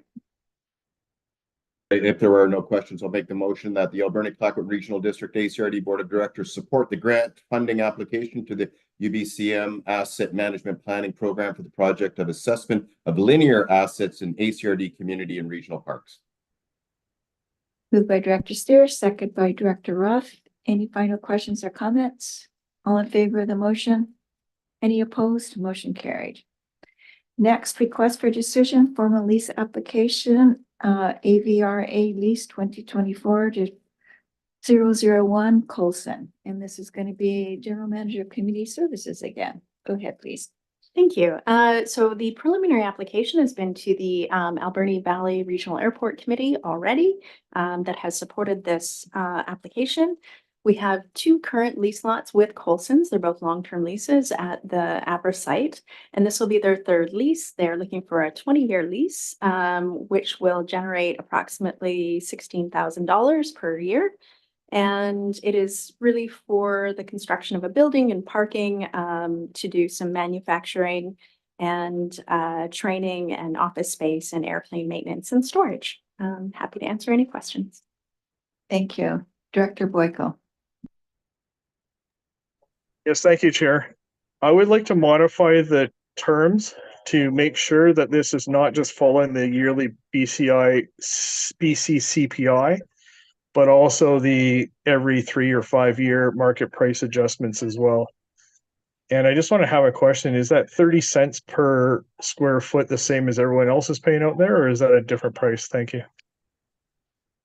Excellent questions. So for both of our airports, we set our rates based on the market rate. So we have a standard lease template. We can add that into the resolution because it would then mirror the language in our leases, in all of our leases. So the lease rate is always the market rate. And whenever we do the market rate, we then update that. So then on its renewal term, it becomes market rate. And it can never go down. That's also another thing, but otherwise it adjusts by BC CPI. So every single year, your lease rate goes up either by CPI or by the market rate. And that's included. These rates are set based on this. At Avra, we have 2 rates. One is for a small size and one is for a larger size. So it is 30 cents if it is over, I think it's an acre, and 35 cents when it's under an acre. Thank you very much. Can I make a motion to add in the market price adjustment wording to this decision, please? Can that just be a friendly amendment, Heather? Or does he make a separate motion? Well, the amendment isn't on the floor, so it does need to be an amendment. Yep. Do you have a second to that amendment?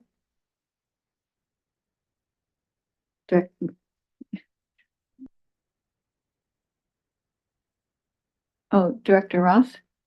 Okay, you're seconding the amendment? Okay. Can you just read that back then with the amendment? Please, Heather? Yes, I basically just added and market rate adjustment every 3 to 5 years. Thank you. Any questions or comments? All in favor of the amended motion? Any opposed? Motion carried. Next is planning matters. This is for electoral area directors only, just a reminder. So first we have DVA 24002 Posnikov, Lot 67, Haggard Cove, Banfield Development Variance Permit Report. And that would be from our planning manager. Alex, please go ahead. Thank you very much. This is a variance application for a property at Haggard Cove on the Alberni Inlet. The applicants intend to construct a vacation home on the on an existing plateau on the property and further setback from the ocean. The variance would reduce the front yard setback from 25 feet to 19 feet to make that happen. The Banfield Advisory Planning Commission considered the application at their May 2nd meeting where they supported the application as presented, and staff recommend that the board proceed with the neighbor notification process for this variance. Thank you. Is there any questions for Alex? Would someone like to make the motion saying there's no questions? Madam Chair, I'll jump in. I won't make that motion, but I will make the motion that the Alberni Clayoquot Regional District Board of Directors consider issuing development variance permit DVA 24002, subject to neighboring properties being notified as per Local Government Act S499. Thank you. Okay, seconded by Director Sparrow. Any final questions or comments? All in favor of the motion? Any opposed? Motion carried. Next is RC 22014, Van Drummelen, 15 Sutton Road, Port Albion, Long Beach. rezoning application memorandum and bylaw 1495. Alex, please go ahead. Thank you. This rezoning application, the applicants intend to rezone the property to allow for a cottage residential use with the addition of up to 4 cottages to be used for short-term vacation and seasonal worker accommodation on the 5-acre property. The regional district has received 3 letters of public correspondence, 2 of which are included as late items in the agenda. The letters raise concerns about the density of short-term rental uses in the area, the impact on housing, and the potential impact on groundwater supply. I will highlight that a referral response was received from Island Health, which recommended support and noting that any cumulative impact associated with the addition of new on-site sewage systems over a given area is outside of the scope of Island Health's standard practice manual for sewage. A registered on-site wastewater practitioner would evaluate the ability of the soils to support on-site sewage disposal for this development specifically. And any cumulative impact would need to be considered as part of a hydrogeological assessment. If the board proceeds with 3 readings of the bylaw, the conditions of approval that would need to be satisfied ahead of the adoption include support from the Ucluelet government and the septic capability assessment from the wastewater professional. Staff recommend that the board proceed with 3 readings of bylaw P 1495 at this time. If the board would like more information on the development or is considering not supporting the application, I would highlight that staff would recommend that the board defer a decision on the bylaw to allow staff to work on next steps with the applicants. And we're happy to answer any questions. Thank you. Any questions on this? Director Seeger, would you like to read the motions? Thank you. Yeah, I have had comments about non-resident developments. But my understanding is this person actually does plan to live on property and run the vacation rentals. So that being said, I'd like to move that bylaw P 1495 Regional District of Alberni-Clayoquot Zoning Atlas Amendment be read a first time. Moved by Director Seeger, second by Director Roth. Any final questions or comments? All in favor of the motion? Any opposed? Motion carried. Please go ahead. The bylaw P 1495 Regional District of Alberni-Clayoquot Zoning Atlas Amendment be read a second time. Moved by Director Seeger, second by Director Roth. Any final questions or comments? All in favor of the motion? Any opposed? Motion carried. Please go ahead.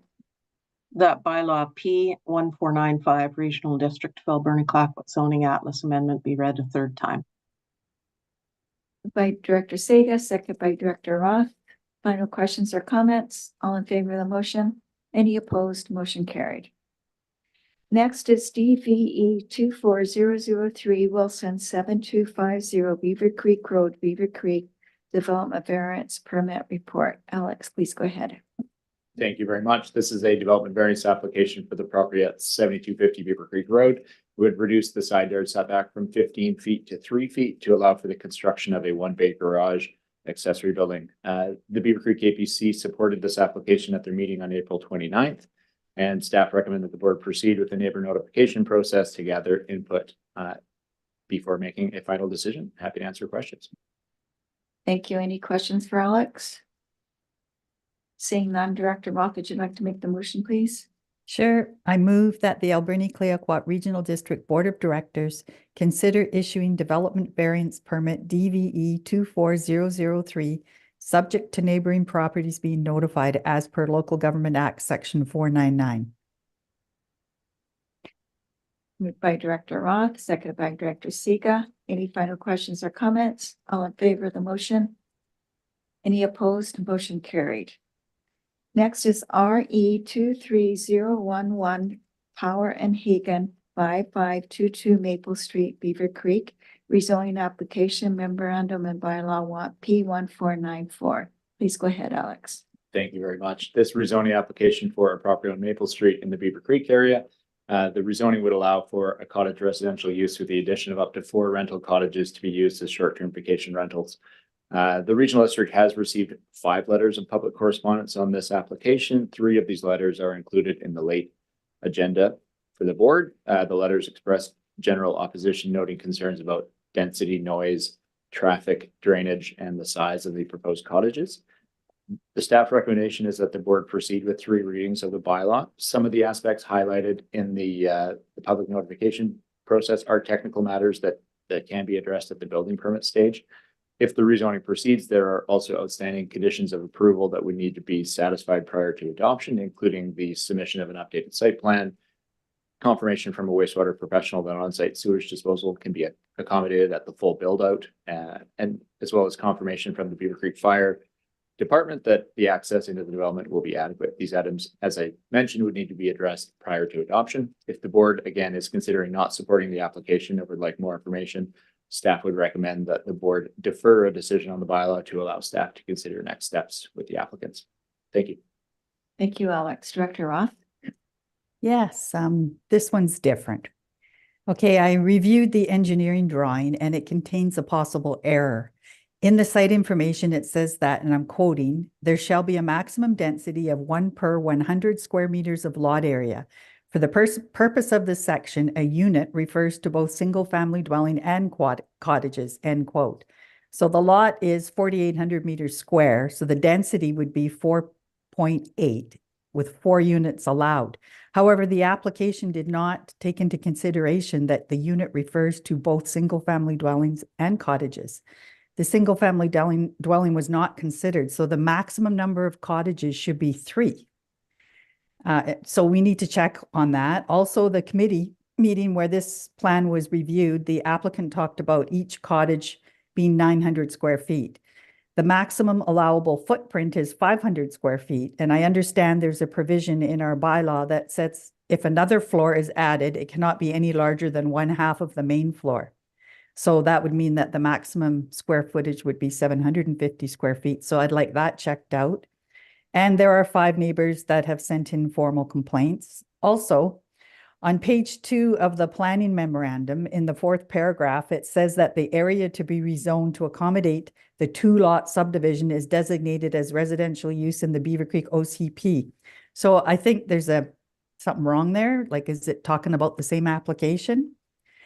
Also, I took a drive-by and I parked out front of the property on the street, and I noticed that there isn't any room for parking whatsoever on Maple Street. So actually, this whole thing is concerning. So I would like to move to defer a decision on the bylaw to allow staff to consider options for next steps with the applicant. You want to respond to any of those, Alex? No, I think that's fine. Thank you for finding the error in the staff report, and our apologies for bringing that forward. And yeah, I'm happy to answer any additional questions. Thank you. Director Boyko, are you seconding or did you have a comment? I had a comment on that. I think there's basically a lot of general opposition from all the neighbors about this, and they haven't seen that kind of stuff. And since there is no chance for a public hearing, we need to listen to the neighbors, and some of them wrote some very eloquent letters. And if you're going to have one that is so dense in a very tight residential neighborhood that basically fills the lot up as much as we can. I know we're all pushing towards densification for long-term rentals, but this is a short-term rental densification that's very much pushing the boundaries of setbacks and how close these things can be to each other and how many people we can have in there, and parking, and adding 16 people potentially in a small area. There's a lot of things going on here that we need more information on. Thank you. Are you seconding Director Ross' motion then, Director Boyko? I will second the resolution to defer as well. Thank you. Any other questions or comments? All in favor of the motion to defer? Any opposed? Motion carried. Next is RE 23014 Schellenberg 7807 Beaver Creek Road, Beaver Creek rezoning application.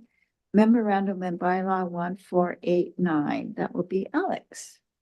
Thank you very much. This rezoning application, as you heard, at 7807 Beaver Creek Road. Bylaw P 1489 would rezone a 0.3 hectare portion of this property to RE3 district to allow for a 2-lot subdivision. The proposed subdivision would provide separate title for the 2 houses that currently exist on the property and would not impact the agricultural land reserve lands on the north side of the lot. The board gave 3 readings to bylaw P 1489 on April 10th. In staff's opinion, all conditions of rezoning have now been satisfied, and the staff recommendation is that the board adopt the bylaw. Thank you. Thank you, Alex. Any questions or comments? Director Roth, would you like to read the motion, please? Sure. I move that bylaw P 1489, Regional District of Alberni-Clayoquot Zoning Atlas Amendment Bylaw be adopted. Moved by Director Ross, seconded by Director Sparrow. Any final questions or comments? All in favor of the motion? Any opposed? Motion carried. Next is SE 23011 Poye 6507 Fayette Road, Beaver Creek. Subdivision referral, cash in lieu of parkland dedication. Alex. Thank you very much. This item relates to a proposed subdivision of the property at 6505 Fayette, where the applicants are requesting that the regional district accept cash in lieu of parkland for the 4-lot subdivision. For a subdivision that creates more than 3 lots, the Local Government Act requires parkland dedication as a condition of that subdivision. That requirement can be met by either including 5% of the land as dedicated parkland or 5% of the appraised market value of that land. The cash in lieu would be reserved in a parkland acquisition fund that would be specific to the Beaver Creek Community Park Service. This property is located across the road from the existing Evergreen Park, and the OCP in this area does not contemplate future parkland. As such, the staff recommendation is that the regional district accept cash in lieu in this case. Thank you. Thank you. Director Siga.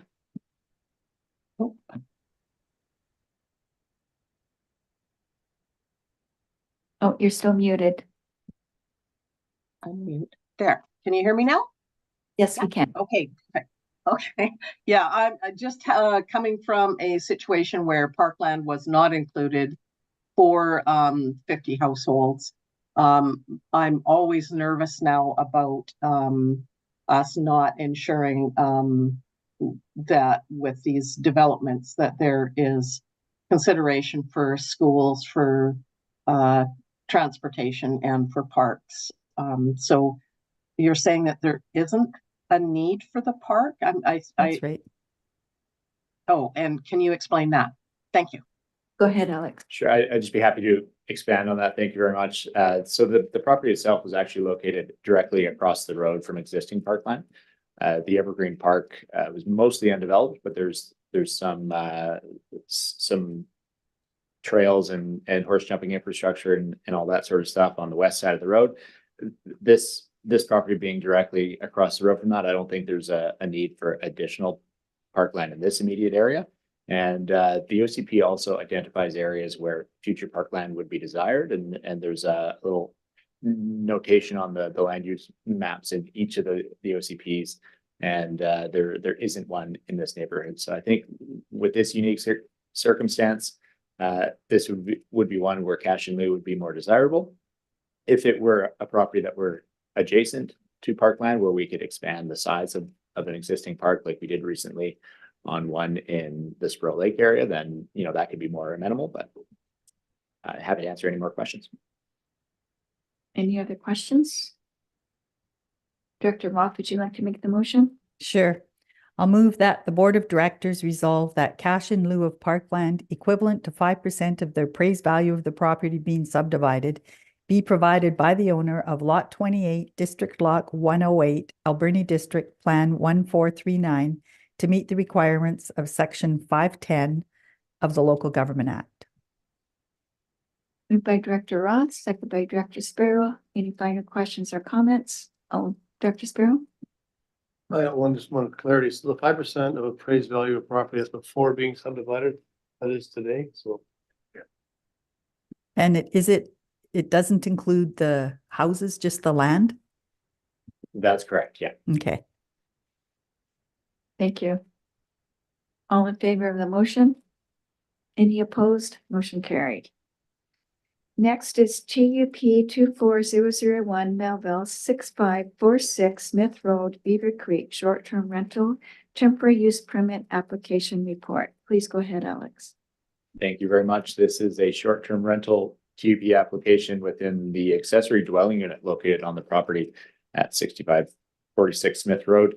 The ADU was recently constructed and met all the building permit requirements for occupancy in 2022. The applicants reside within the main house that's located on the same property.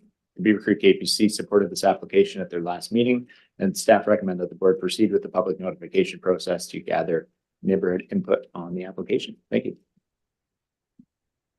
Any questions or comments for Alex? Director Roth, would you like to read the motion? Sure. I move that the Alberni-Clayoquot Regional District Board of Directors consider temporary use permit application TUP 24001 subject to neighborhood notification as per Local Government Act Section 494. Moved by Director Roth. Can we get a seconder? Second by Director Sparrow. Any final questions or comments? All in favor of the motion? Any opposed? Motion carried. Next is TUP 21002R Smith 3240 Clayton Road, Cherry Creek. Temporary use permit renewal application report. Please go ahead, Alex.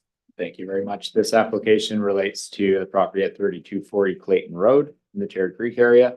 The TP was originally issued in June 2021 to allow for a small scale commercial cidery use within the detached garage on the 1 acre property.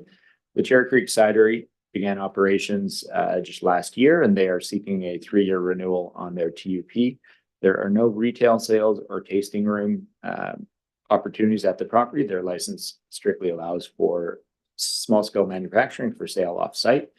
Staff are not aware of any concerns with the operation of the business at this time and recommend that the board proceed with that public input process to gather input on this before making a final decision. Thank you. Thank you. Any questions or comments for Alex? Director Cote. Thank you. Is there any other licensing that's needed for this? Just wondering.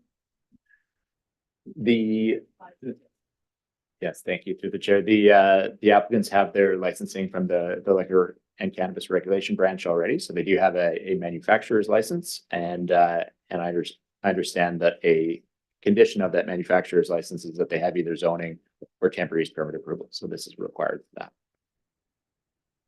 Thank you. Dr. Sparrow, would you like to read the motion? Okay, thank you for that. I make a motion that the Alberni-Clayoquot Regional District Board of Directors consider temporary use permit renewal application TUP 21002R subject to the neighborhood notification as per Local Government Act S 494. Moved by Director Sparrow, second by Director Roth. Any final questions or comments? All in favor of the motion? Any opposed? Motion carried. Next is request for decision, official community plan updates, resource options. You're a popular guy today, Alex. Yes. Please go ahead. Thank you, I think. A report is provided to discuss resource options for completing the updates to the 6 electoral area OCPs. This follows up on direction from the electoral area Directors Committee on April 17th, which directed staff to create a plan and process and options for carrying out the OCP updates in a timely manner, using staff and building the capacity of the regional district versus other contracted alternatives. So the report presents 3 options for the board's consideration. Option 1 would be planning team, which would be entirely led by planning staff with additional resources. Option 2 would be the hybrid planning team and consultant, which would allow for the project to be initiated this spring with contractor support on the first 2 OCPs and additional staff leading the remainder of the project. And option 3 would be consultant led, which would see the project entirely led by a contractor with support from existing staff. Now, discussion on alternate options for completing the OCP updates began after only 1 proposal was received in response to the request for proposals that was issued by us in April on the first phase of the project. There is a very high demand for planning consultants right now, and a relatively small budget indicated in the RFP, given the scope of work and the engagement desired within each area. So currently the financial plan includes $480,000 to support the OCP updates through the rural planning service, an additional $540,000 in Canada Community Building funding is anticipated to be available to the ACRD in 2024. And as part of this project, staff are recommending that this funding be allocated to the project. Staff have provided within the report a scoring matrix for the 3 options that considers the timeline to initiate the project, the capacity building potential for the regional district, the flexibility and the timeline and direction for completing this, and the ability to respond to community needs identified through the engagement.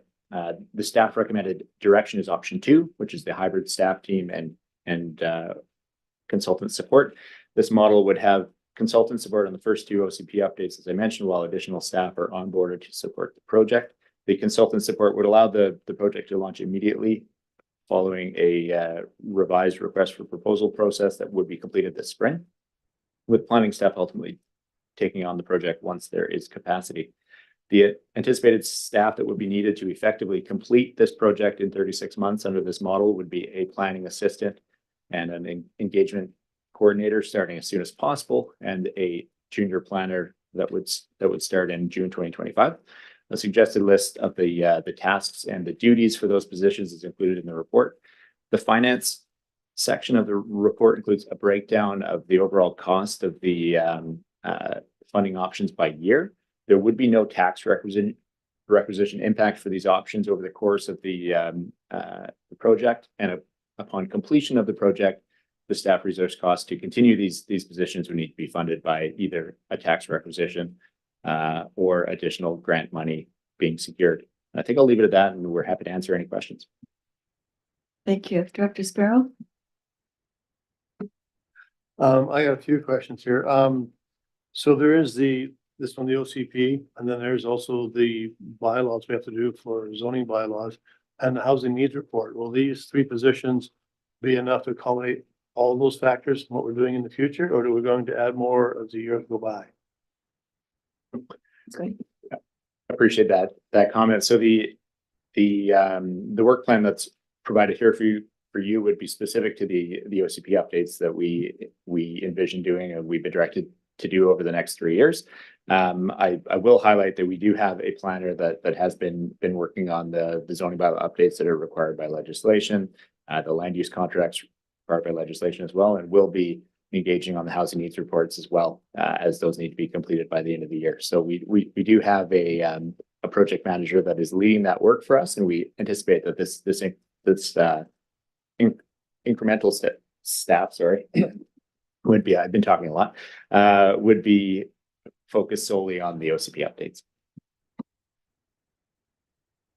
Go ahead, Director Sparrow. Thank you. So this will be like the first and the last hire for this project per se. What I want to see is 2 years from now saying, oh, we need to do a housing report, so we need another person, and then we need more for the zoning bylaws. If this should hopefully, unless we have a lot of applications for permits, that's a different thing, but this should satisfy our needs.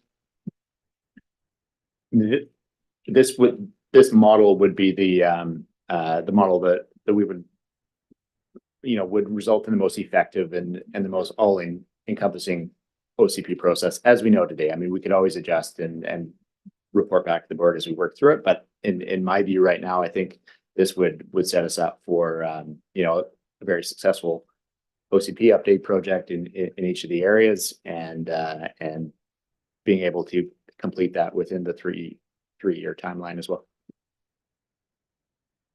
Daniel.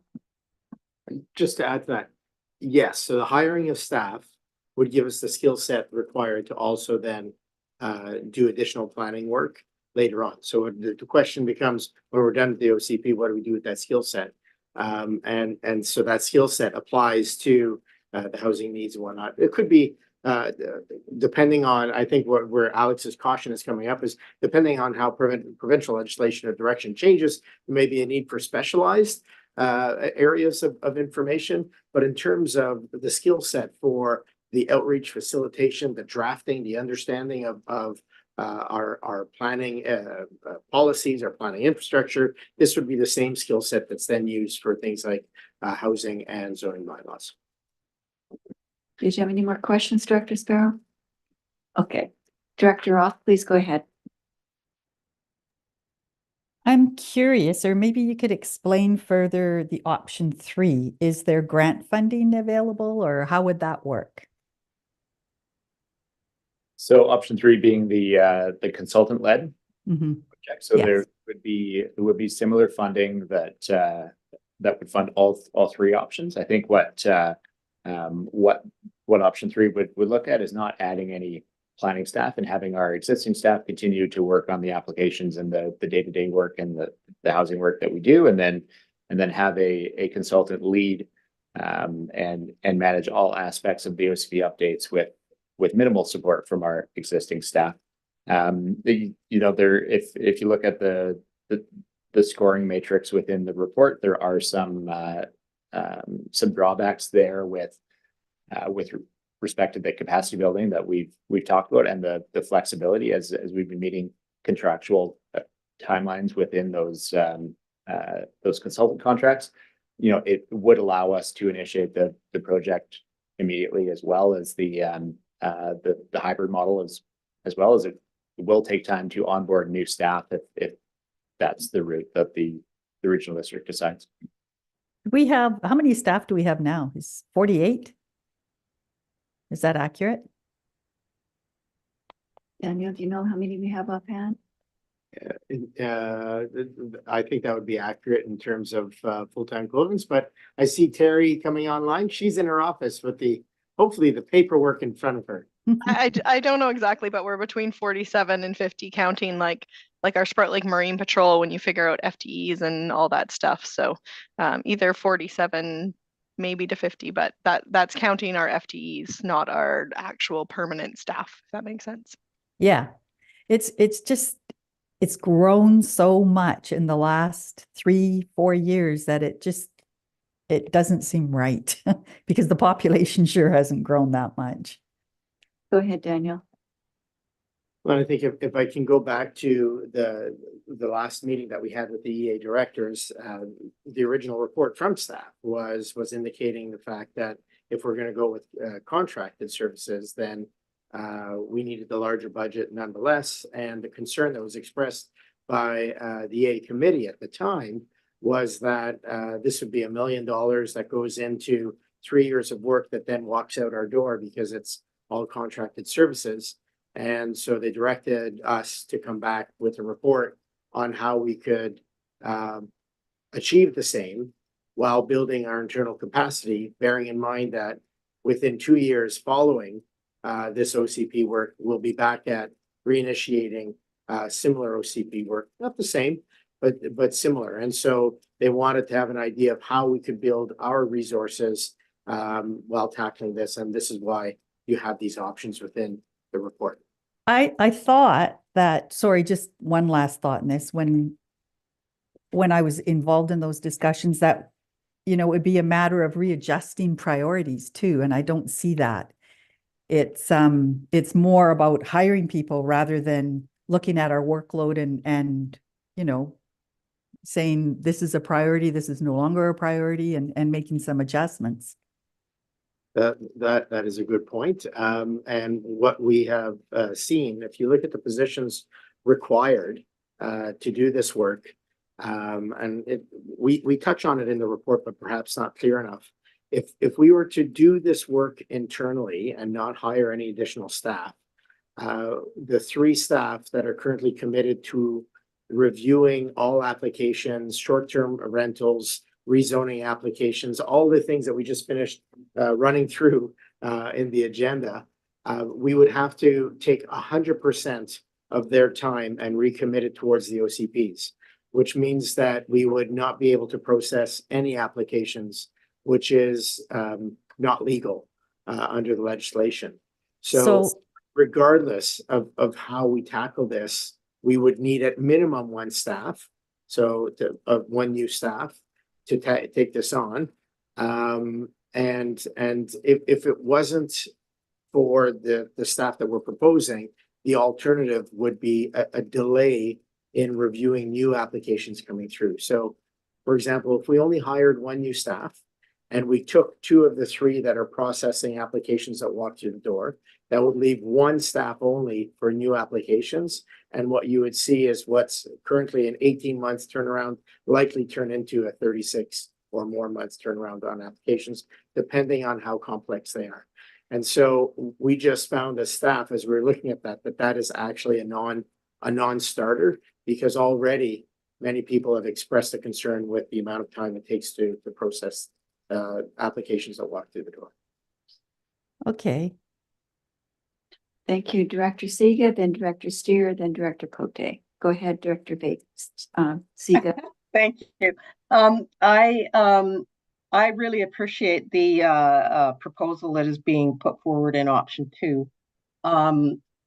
I think that it gives us an opportunity to, rather than just throw this grant money basically at a consultation process, it does build capacity, but it gives us that head start in that we're going to be behind in timeline if we don't do option 2. I can totally understand where they're coming from, and I think it's a brilliant solution. And in terms of it, we're putting out more money. It's not that our population has increased, it's that the governments are expecting more accountability. And what they're doing in turn, recognizing that our populations haven't changed, is giving us this grant money. So I really think that it behooves us to use that grant money to build our own capacity so that when this whole OCP process comes around next time, we've already got the staff there to be able to do this process. They've been through it. They understand the process. They know what the government is asking for. So when they come forward with the grant money to support us again, that actually is a benefit to our organization. So is it okay if I go ahead and move option 2 to the chair? Yes, please, go ahead. Oh, good. Okay. I had it all. Okay. I move that the Alberni-Clayoquot Regional District Board of Directors resolve to proceed with option 2, hybrid consultant and staff team to complete the 6 electoral area official community plan reviews and comprehensive updates. Yeah, that's something that I haven't thought of, and yeah, good idea. You have a seconder, seconded by Director Beckett. Okay, before we vote, we have Director Steer, then Director Cote. Go ahead, Director Steer. Yeah, thank you. And I don't know if it relevant. I was just Director Roth brought up a good point in terms of the growth of local government. And I just wanted to, in terms of the comment around the prioritization of work, that is actually directed by the board in our case, not by staff themselves. And that's through the strategic planning process. Having gone through this at the district, we set the prioritization and board, the staff then comes with the resources that will be necessary to meet those prioritizations that we have directed through the strategic planning process. And I just, having just gone through that, I thought maybe some value in bringing that forward. Thank you. Director Cote? Thank you. There's nothing pointing that we might be able to use some student support working on the projects that are coming forward. So I'd like to make sure that we remember that if we can use students for any part of this, they won't be able to do any of the leading. But if there's anything that they could help us with, I'd really like to see if we could do that. And absolutely support this because there's a lot of work to be done with the zoning bylaws in coordination with our OCPs. We need to do this. I've been through this a few times and it's a lot of work. And I definitely don't want to see any of our applications coming through. Looking at what we've got, definitely want to be able to meet and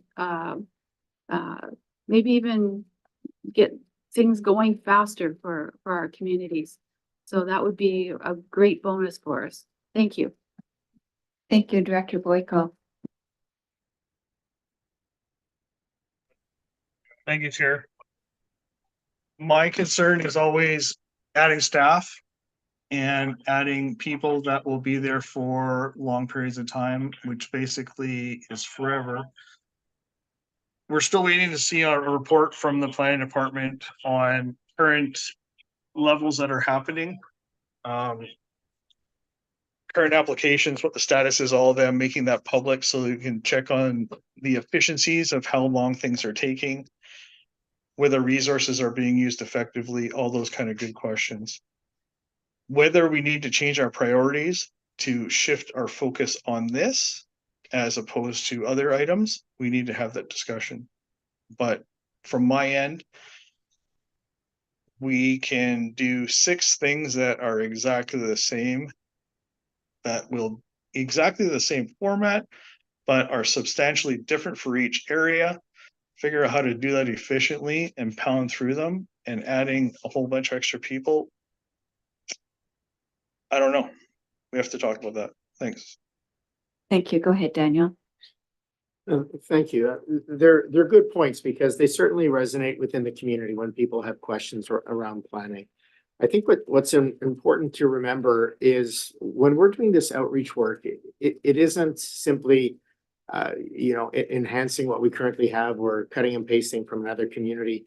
A lot of the work comes into the actual dialogue with the community. When people say, hey, we want less government, we want fewer rules, that's fair to say. But when we apply it across all of the areas of day-to-day life, the devil's in the detail. And we don't have to scrape very deep in our current experience here with this board to see that some tools that at the beginning of the term may have been a little contentious came in handy, like regulation of RVs on properties. And it could be that the existing regulation we have, people find a little too heavy-handed or cumbersome, but having no regulation would mean that really serious issues that the public had expressed concern around we would have been completely unable to address. And so the work up front is really that dialogue. When we start saying, okay, if we do this, then let's walk through these scenarios.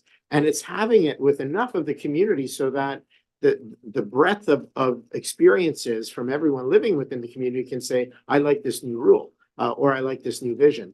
And that's what takes time.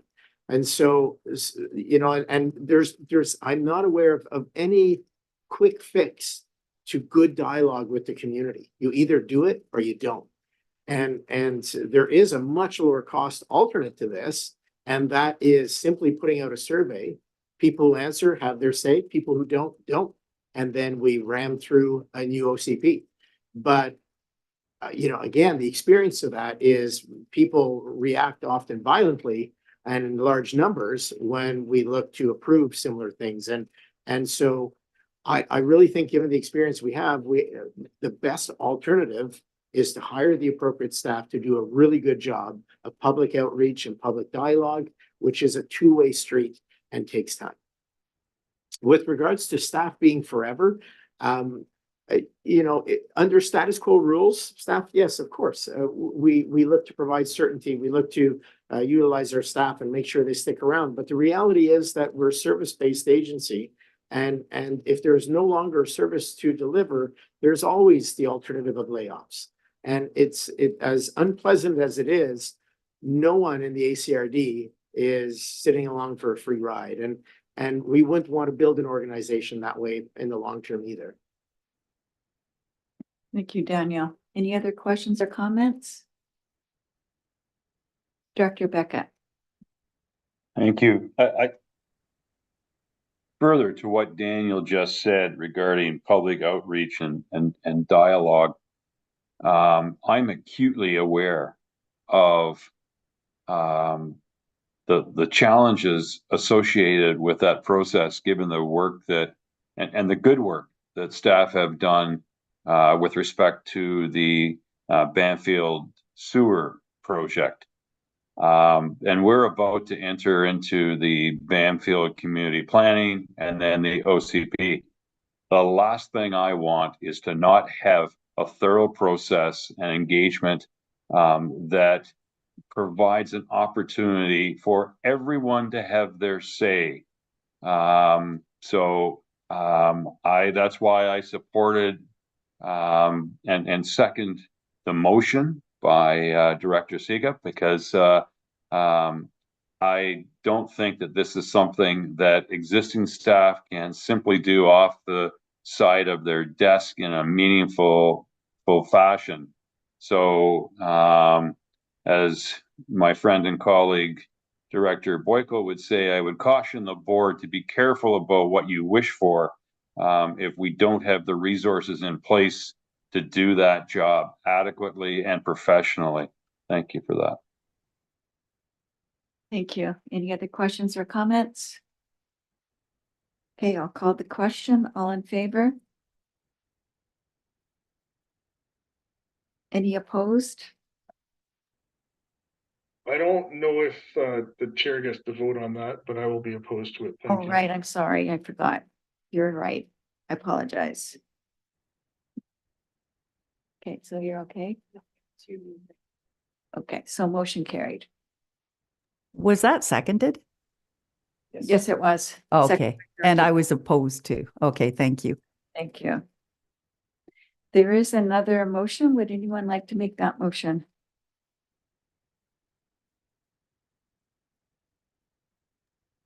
Go ahead, Director Sparrow. That the Alberni Collect Regional Board of Directors approve the allocation of additional $540,000 of Canadian Community Building Funds to electoral areas official community plan comprehensive updates project and direct staff to amend the 2024 to 2028 financial plan bylaw.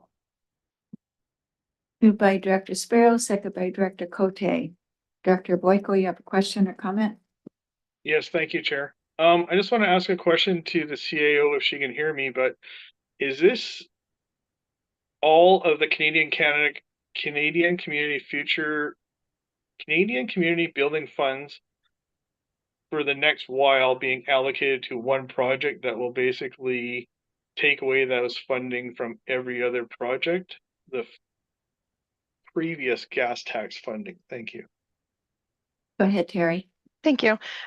So this is the anticipated 2024 amount from the province. They have indicated they're very close to signing the agreement and have basically said we can anticipate the same funding level as previous years. So it will technically allocate all of the, well, what I believe is going to be all of the 2024 amount.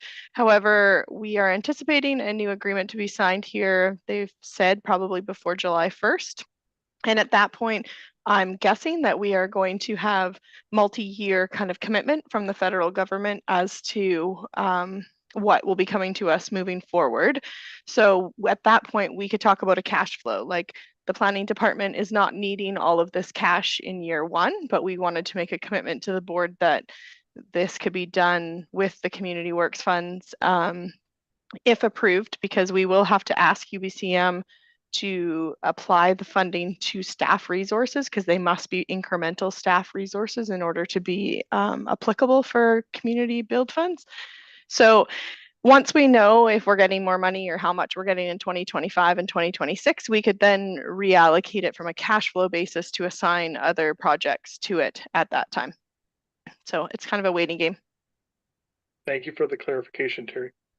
Thank you. Any other questions or comments? Seeing none, I'll call for the motion. All in favor? Any opposed? Motion carried. Thank you. The next one is for electoral area directors and Tofino. Zoning bylaw text amendments, small scale multi-unit housing secondary suites, rezoning text amendment report and bylaw P1500, and that would be Alex. Thank you very much. So in December 2023, the Local Government Act was amended, requiring local governments to update their zoning bylaws by June 30th, 2024 to comply with the small scale multi-unit housing requirements. In regional district electoral areas with on-site sewage disposal, the requirements include secondary suites within principal homes in all single-family residential zones. So this report includes zoning bylaw text amendment P1500, which would permit one secondary suite within or attached to a principal dwelling in all residential zone lots with no minimum lot size. That would include the R1, the R2, RA1, RA2, and RA3 zones. The zoning would still permit accessory dwelling units as it currently does as detached units or within accessory buildings on all lots that are larger than 1 acre within an OCP area and with an overall maximum of 2 dwellings on any residential or rural lot in those zones. As part of staff's review to determine compliance with the legislation, we have consulted the province's policy manual as required to identify the required updates to zoning. Bylaw P1500 includes the minimum required for for secondary housing in order to be compliant with this legislation. A geospatial analysis was done on the properties that would be impacted by these updates, and there are approximately 1,400 residential lots that we have in the region that are smaller than 1 acre that would now, with this bylaw, permit a secondary suite within the home. I'll also highlight that the bylaw includes updates to the setbacks and lot coverage in the RA3 district to be less restrictive on the placement of housing and to align with other R zones. Local governments are prohibited from holding a public hearing on amendments to a zoning bylaw that are proposed for the sole purpose of meeting with this legislation. So I just want to highlight that even though a public hearing is not held, the community will still have opportunities for public input, as you've seen, which will be advertised through several methods, including the newspaper, social media, the ACRD website, and an agency and First Nation bylaw referral. So if the board is considering allowing additional housing options over and above the minimum that is required by the province in this bylaw, staff would recommend that the board proceed with bylaw P1500 in order to meet the June timeline, and then direct staff to bring forward a separate report detailing options for additional updates that could be made to the zoning bylaw. And I will leave it at that, and I'm happy to answer questions. Thank you, Alex. Any questions or comments for Alex? Dr. Sparrow. Thank you. So a little while ago, we deferred some cottage homes, and that was an R2 district, I believe. So this would allow 2 homes, but you can go above 2 homes on smaller lots. Is that right? No, so the zoning would on any lot less than an acre would allow for 2 dwellings maximum, and in the R zones it would be a secondary suite if it was less than 1 acre, which has to be within the home or attached to the home. If a lot is larger than 1 acre and it's in one of the R zones or the A zones, it would be allowed an accessory dwelling unit, which expands the range of secondary housing. So that could either be the form of a secondary suite or a standalone cabin, or a suite attached to an accessory building. But yeah, in that case, that the property you're referring to is 1 acre or larger, so it would be allowed the principal dwelling and an accessory dwelling unit as well. If it were to be subdivided, then there would be potential for 2 lots that would be smaller than 1 acre, each with a principal home and a secondary suite located within it. Clear as mud. Sorry. Director Boyko. Thank you, Chair, and thank you, Alex, for putting that together. So basically, this is densification coming down from the BC government to every municipality and district. And basically, as far as I understand, there's nothing you can say to say, no, we don't want to do this. You have to basically take it from the BC provincial government as this is what's happening.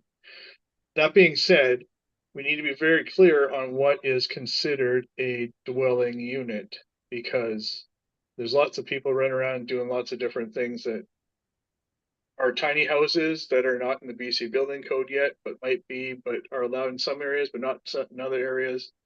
We just need to be very clear on how this is going, as well as things such as the 15% to 25%. Basically, these are large fundamental shifts in everything that is happening in the planning department and every application that is going through. So we just need to be aware that everyone is knowing exactly what the plan is and how it will be implemented. Thank you. Thank you. Any other questions or comments? Would anyone like to make the motion? Director Cote. Because we have to. I'll make the motion that the Alberni-Clayoquot Regional District Board of Directors consider first reading of bylaw P1500 Regional District of Alberni-Clayoquot zoning text amendment bylaw at a future date, and that a notice be given in accordance with section 467 of the Local Government Act. Thank you. Moved by Director Cote, seconded by Director Sega. Any final questions or comments? All in favor of the motion? Any opposed? Motion carried. Next is area reports. Director Beckett, please go ahead.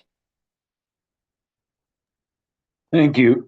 There is lots going on. I'm going to focus on one thing, and that's the process regarding the Banfield sewer project. And again, as you've heard, I've just talked about the importance of that process, and I want to thank staff for all of their work and their patience. There's three perspectives. One, there's folks that are vehemently opposed. There are folks that are very supportive, and there are folks that are looking for more answers so that they can make an informed decision. And to me, the most important thing that we can do is have a process in place that allows individuals to make an informed decision. And it continues, the process continues, and I'm grateful to community members that are participating, and I'm very supportive and appreciative of staff for continuing the good work they're doing in getting this information out. That's my report. Thank you. Thank you, Director Boyko. Thank you, Chair. Beaufort is in a busy time of year. Everyone is dealing with either making vegetation or destroying vegetation, either planting or mowing, whatever you want to call that. We had a good town hall a week and a half ago. Had about 100 people there and lots of good engagement. We talked about the 10.5% average tax increase and how people would not like to see anything double digit moving forward in the future. So that's why there'll always be pushback on increasing staff levels and anything else. And we'd like to work towards having tax increases at BC CPI or less moving forward. So whether we need services or not, we will need to have a serious look at anything we add, and anything that we have, we should look at whether we want to keep it or reduce it moving forward. We also going to talk about Beaver Creek potential transit, and I didn't find anybody that was in support of it. And basically, if people wanted to go to school or things like that when they grew up and moved out of their house, then they either went to Victoria like I did and go find somewhere close to transit, and then you live from there. Expecting transit to come out to a rural area doesn't really happen in anywhere that I know of in the planet. And having taxpayers pay for something they don't want is going to be a challenge, and basically nobody will be supporting it. One thing that came out is the survey. There was no option to say, no, we don't want it. So I think every survey moving forward should have that option, because it's very important for people to be able to say yes or no. Not maybe, strongly support, strongly disagree. Just be very clear, and instead of using wordsmith, just yes, no, thank you. That's my report. Thank you, Director Siga. Thank you. I just want to say I'm looking forward to the ribbon cutting for the official opening of the multi-use path. And I have already had concerns about random camping along areas that are accessible by our logging roads. And it's going to be another of these monitoring so that the garbage buildup and the fire hazard doesn't increase due to these activities. And I'm wondering if we are having, I believe Tlopit, we're actively monitoring, and whether they're going to be doing that again this year. If anybody has any information about that, it'd be appreciated so I can pass it on. Thank you. Thank you, Director Cote. Thank you. So the Sprout Lake homeowners had a meeting a community meeting last Sunday. They sent out a notice that specifically said that they had sent myself and board or staff and some board members a summary of their last meeting with no response. Well, I did provide them with a copy of the email that I had sent them saying that I would like to work with them, and no one contacted me after that. And I did send that also to all of the board members. So I tried to clarify that at this meeting, that I had responded and that I would love to work with the community. It was very exciting that there was some community engagement. They were asking for people to sign a sign up regarding creating a advocacy group for the for the community, but also pointed out that there's a community association group that is a recognized formal nonprofit that has been acknowledged as the community voice by not only this regional district, but by the province. They've received granting, and it was a preferred method of working with the community for myself and others. They did have an agenda. They did talk about some advocacy work. They'd like to have the municipal incorporation study updated. But it was pointed out that by someone else that the province would relook at this if there had been a change. And in my opinion, I don't know that there really has been any change in the community as far as our ability to do taxation with one of the biggest problems was that we did not have enough commercial, where our assessments are in between Tofino and Ucluelet, but we don't have the commercial that those incorporated areas have. So it would be up to the province with the support, I believe with the support of this board for that to happen. We also talked about the weir there, and there was one community member that was getting information on the weir plates, and my issue with that is that it's not the broad picture. I think we need to look at water management in all aspects coming from the lake, as far as property owners, DFO, First Nations. Catalyst is the property owner of the infrastructure. So working with everyone, and I think that really needs to go through this regional district as far as water management. And I think we need to be planning for 25 years out, because I do believe that there's going to be development here and our communities are going to grow.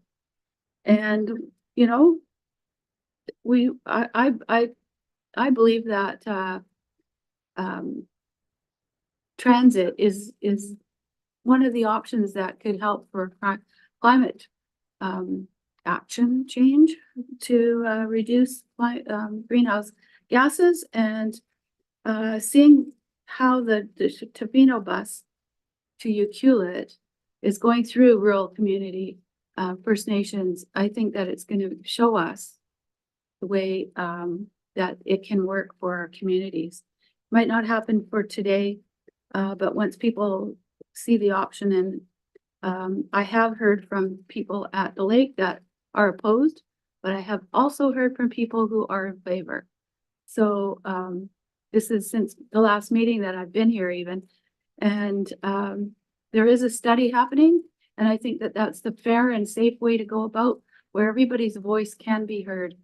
It needs to be in a safe environment where you don't have a group of people who are all in favor of one thing, saying this is what we want. It needs to be able to have everybody's voice heard. And that's all I have. Thanks. Thank you, Director Roth.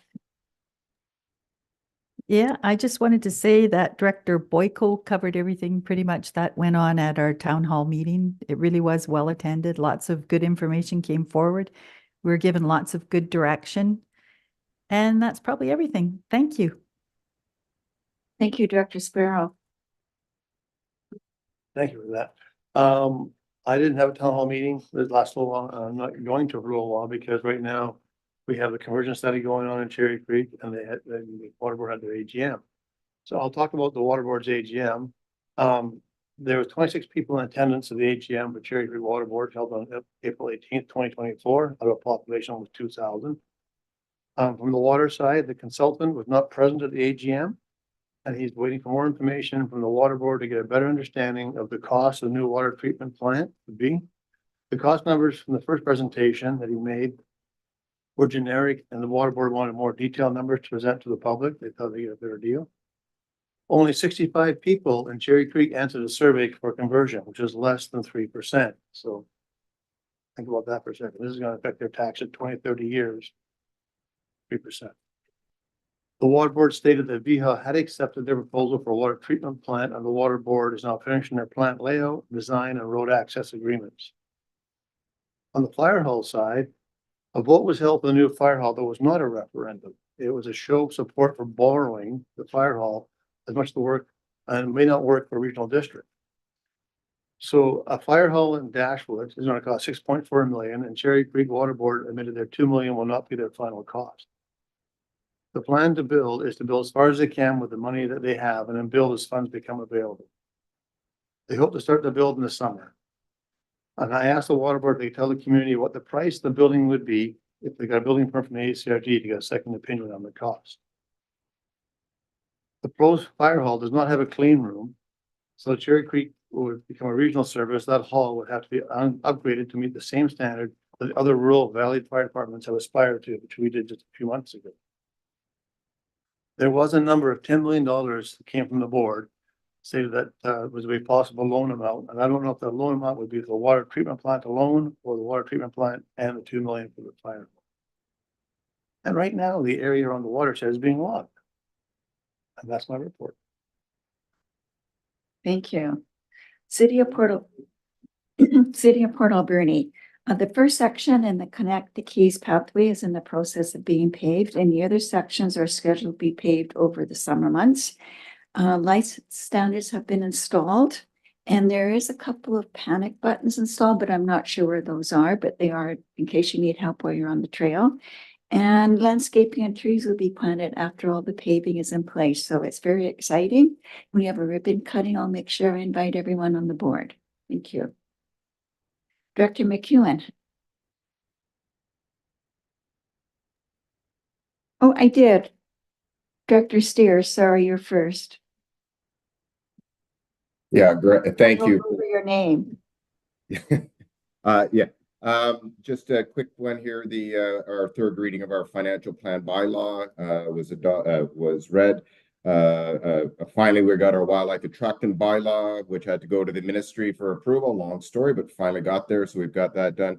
Our water conservation amendment bylaw has passed, a big piece of work there. And then a really exciting one is our Headwaters South project. It's part of our Tofino Housing Corporation. It's the final building of altogether now 90 units of attainable housing, all tenanted. Hopefully by the end of July, everyone should be into those 90 units that we've created since the incorporation back in 2018, starting these projects. So super excited about that. There's been super positive feedback from many of the people that have got homes there now.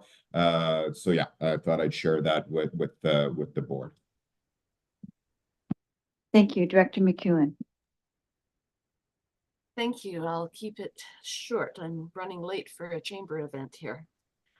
We passed our tax bylaw, came in at just under 15% increase.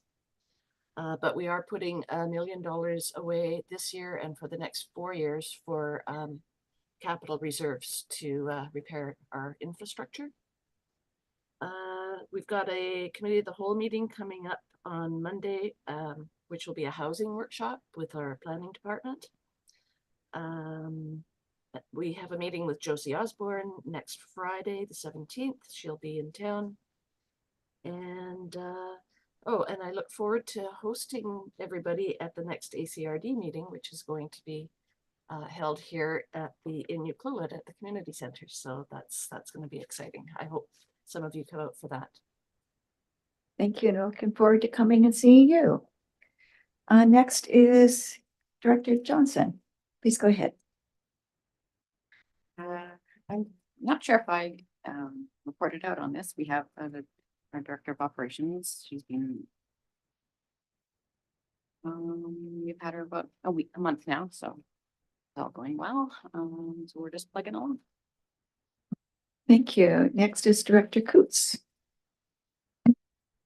Thank you. Pretty short and sweet. We did some strategic planning last month, and we are waiting on the report to come back to us so we can speak a bit more about it. Other than that, not a whole lot. I would like to make a comment though on some of the new transportation that is going on in Tofino. It was actually being discussed as just kind of a side friendly conversation at the table with the Alliance of the BC Modern Treaty Nation Society, and it is viewed very wonderfully. A lot of people are incredibly happy about it, and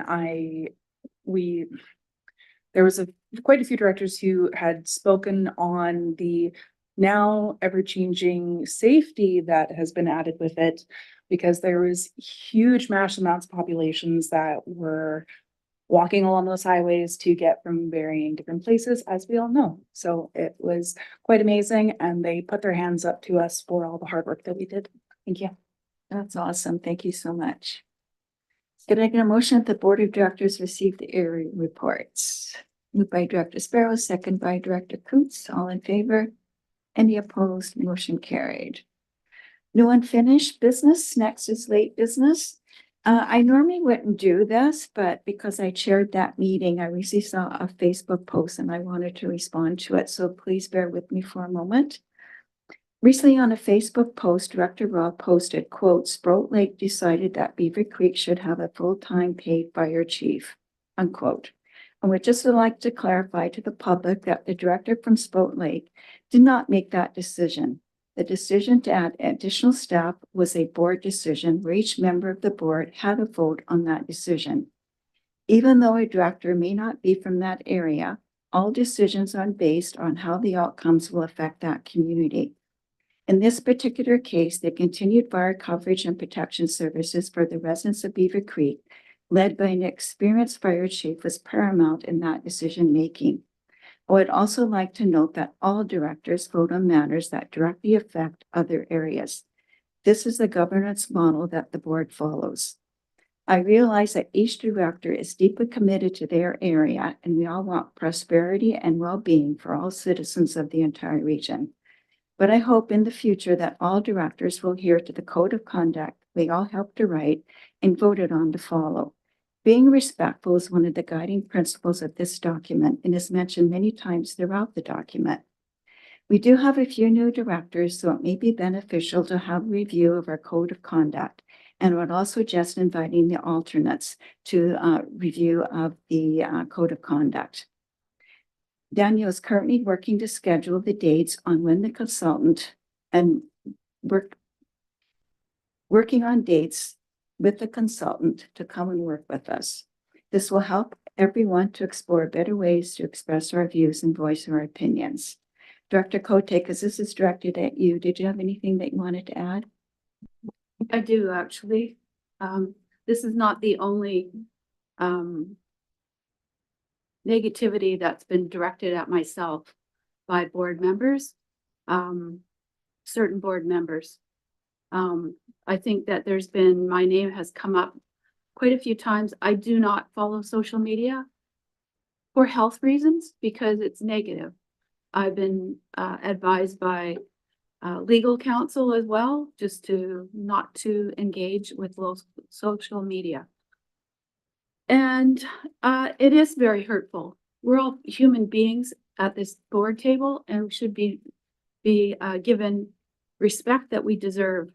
We are here to represent our area. We were elected here to represent the people of our area, but we're also on a board where we're supposed to be a team that we work together and help each other out rather than spread negativity towards each other.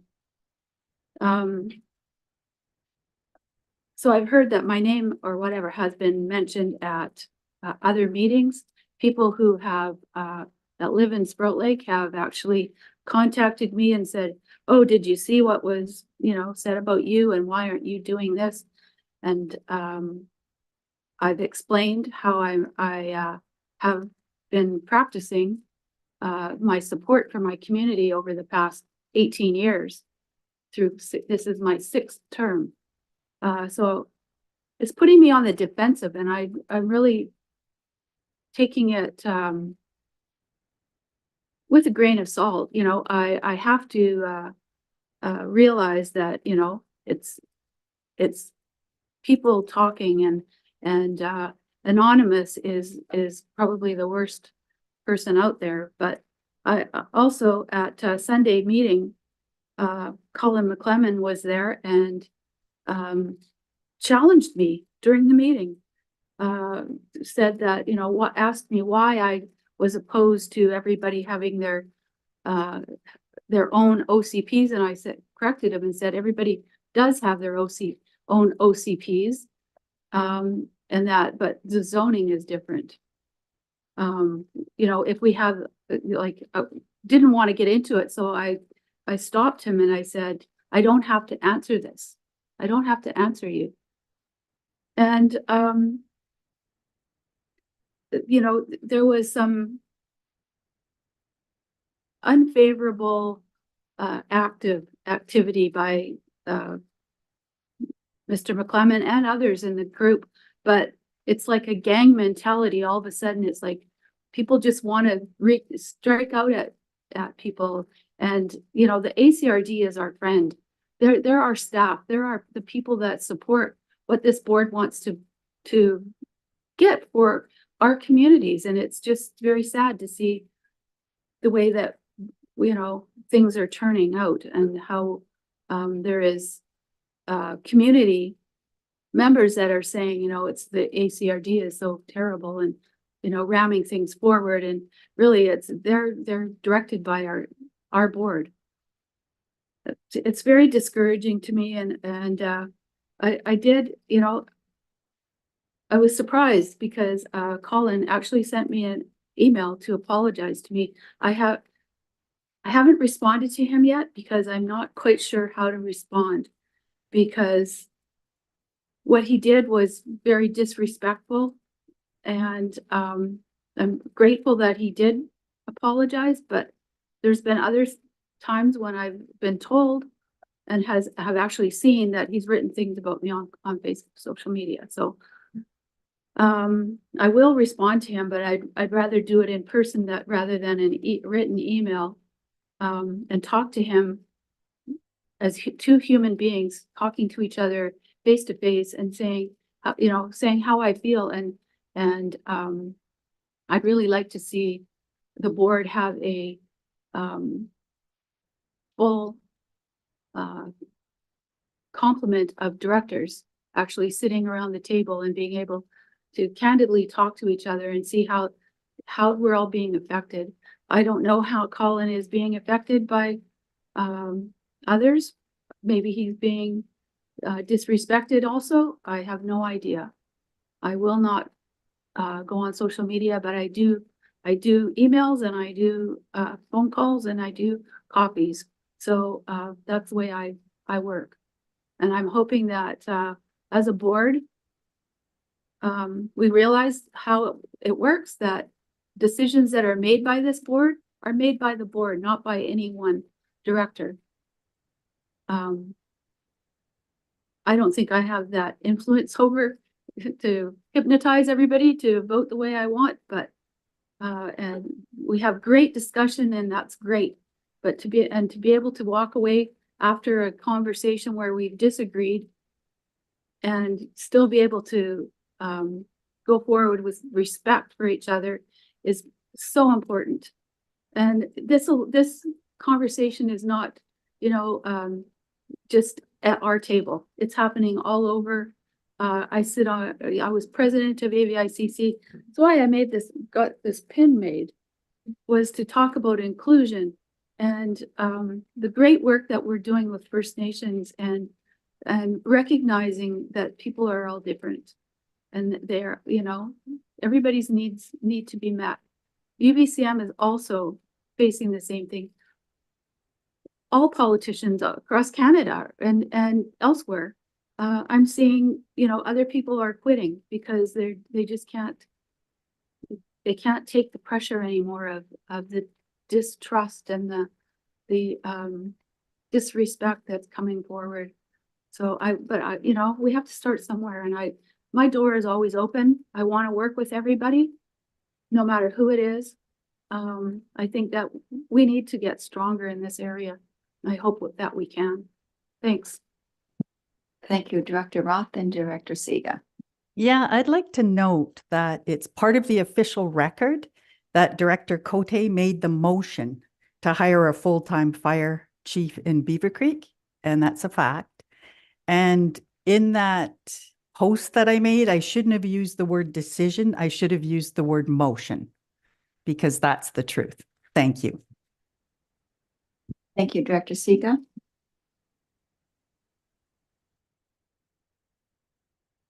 You're muted. There, thank you. Yeah, I agree with Director Cote that it is difficult enough to get people involved in the committees, let alone running to represent their communities. And if it is visible to the population that their representatives are being targeted, that certainly undermines any initiative in terms of people wanting to take on that role. So I think we have to be very clear what our policies are. And to me, it's very clear. If there is any undermining or comments that are derogatory or racist, then those are brought forward as breaches of our code of conduct. And I think the sooner we act on them and the quicker we are to respond to those and get those cleared up, the less these incidences will recur. So I think, like, as a board, we have to work together. People are looking at us, and we have to present an organized forum where our ideas can be brought forward without being challenged or undermined, and have those discussions that I appreciate. I mean, I think we have different perspectives depending on the areas we come from and our backgrounds, and I think we should be celebrating that and doing those discussions at the board table and not on social media. And where it is in social media, I think it should be brought forward as a breach if there is indeed a breach. And the sooner the better. Thank you. Thank you for that. I realize a lot of directors may have a lot of further thoughts on this, but because it's been a very long meeting day, we still have 2 meetings to go. Unless you have some burning questions or comments, I'm wondering if it would be acceptable to the directors if any further discussion on these kinds of matters can be deferred until we have the consultant to deal with workplace issues during that workshop. Would that be acceptable to the board? Oh, Director Coos, do you want to go ahead? Thank you, Madam Chair. Yeah, it's just a question kind of in regards to that same idea. Could it be beneficial, and I'm not entirely sure whether we have the funding to do this, how that works, but would it be beneficial to bring in a group that could sit down with us and focus on that group communication view and working together, a team building workshop, so to speak? When I did a lot of my schooling with the Friendship Center, we participated in a lot of switchback workshops, which explicitly focused on the communication with a large group like that and focusing on learning how to view everyone's opinions with that grain of salt, separate yourself.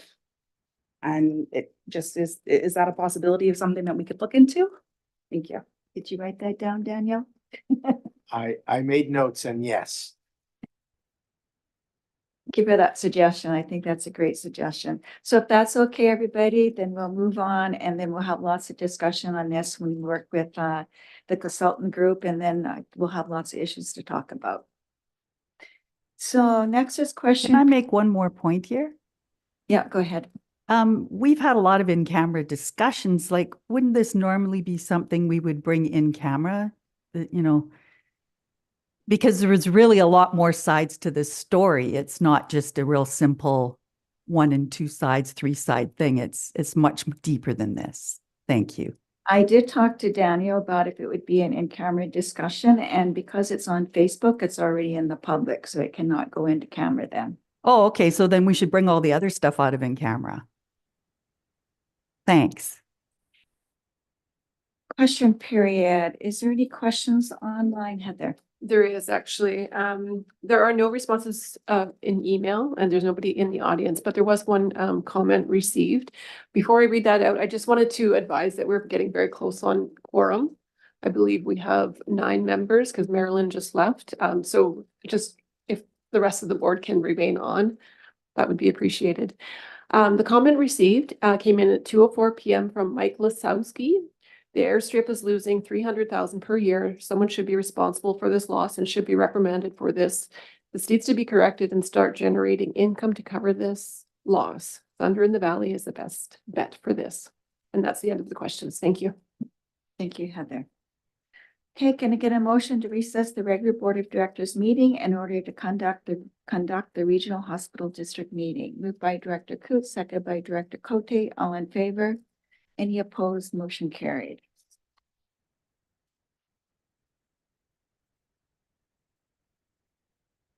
Okay, I'd like to call to order the Hospital District Board of Directors meeting. I'd like to acknowledge that we are conducting this meeting on the unceded traditional territories of the Shuswap First Nations, and we're grateful for the opportunity to do so. We also have directors calling in from other territories. I would like to also acknowledge those nations and express our gratitude and our respect. Notice to attendees and delegates that this meeting is being recorded and live streamed to YouTube on the Regional District website. We have the agenda in front of us. Is there any additions from directors? Is there any additions from the corporate officer? It's not an addition, but I just wanted to acknowledge that the hospital district did receive a photo and a thank you card to the board for acknowledging the West Coast Emergency Room grand opening in 2023. So we'll display that somewhere in the office. I just wanted to let you know. Thank you, Heather. And again, thank you, Director Cote, for attending the grand opening. Okay. Can I get a motion to approve the agenda as presented? Moved by Director Johnson, second by Director Coots. All in favor? Any opposed? Motion carried. Any conflict of interest? Seeing none, we'll go on to the adoption of minutes for the Board of Directors meeting dated April 10th, 2024. Is there any errors or omissions? Seeing none, I'd like to move that, could someone move that the minutes, the Alberni Claycourt Regional Hospital District Board of Directors meeting held on April 10th, 2024 be adopted? Moved by Director Sparrow, second by Director Cote. All in favor? Any opposed? Motion carried. No petitions, delegations, or presentations. No correspondence for action. Correspondence for information. There's information from Island Health on grants that give Indigenous youth a fighting chance through boxing. And also from Island Health, reflections from the front line on the 8th anniversary of the toxic drug crisis. And it doesn't seem to be getting any better. After 8 years, it's getting worse. Does anybody want to pull anything out? Seeing none, could I motion this correspondence be received for information? Moved by Director Sparrow, second by Director Coots. All in favor? Any opposed? Motion carried. So you have a request for decision, Alberni Claycourt Regional Hospital District 2023 financial statements. Terry, please go ahead. Thank you. So presented for you today are the financial statements. The auditors presented at the board meeting on April 24th and discussed these district statements as well. Looking for the board to approve today. In the interest of time, I'm not going to go through them, but the following steps are board approval, then the CAO and myself sign the management rep letter, and then the auditor will issue the final audit report. So happy to answer questions. Thank you. Is there any questions for Terry? Seeing no question, would somebody like to make the motion? Director Sparrow?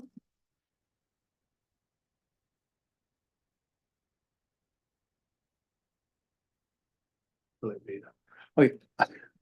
I make a motion that the Alberni Claycourt Regional Hospital District Board of Directors approve the 2023 audited financial statements for the Alberni Claycourt Regional District Hospital District, sorry, as presented. Sorry. By Director Sparrow, second by Director Johnson. All in favor of the motion? Any opposed? Motion carried. Next is reports. Banfield Health Center, Director Beckett. No report, and I apologize, Madam Chair. I do have to run. I'm concerned about quorum if I leave very shortly. I have to leave too.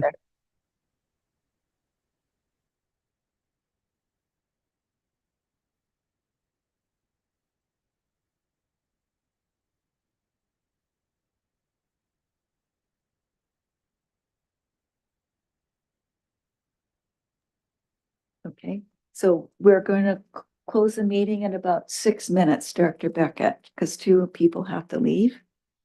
I'll hang in for that. Thank you. Okay, thank you. Alberni Quaquat Continuing Care Society, Director Siga.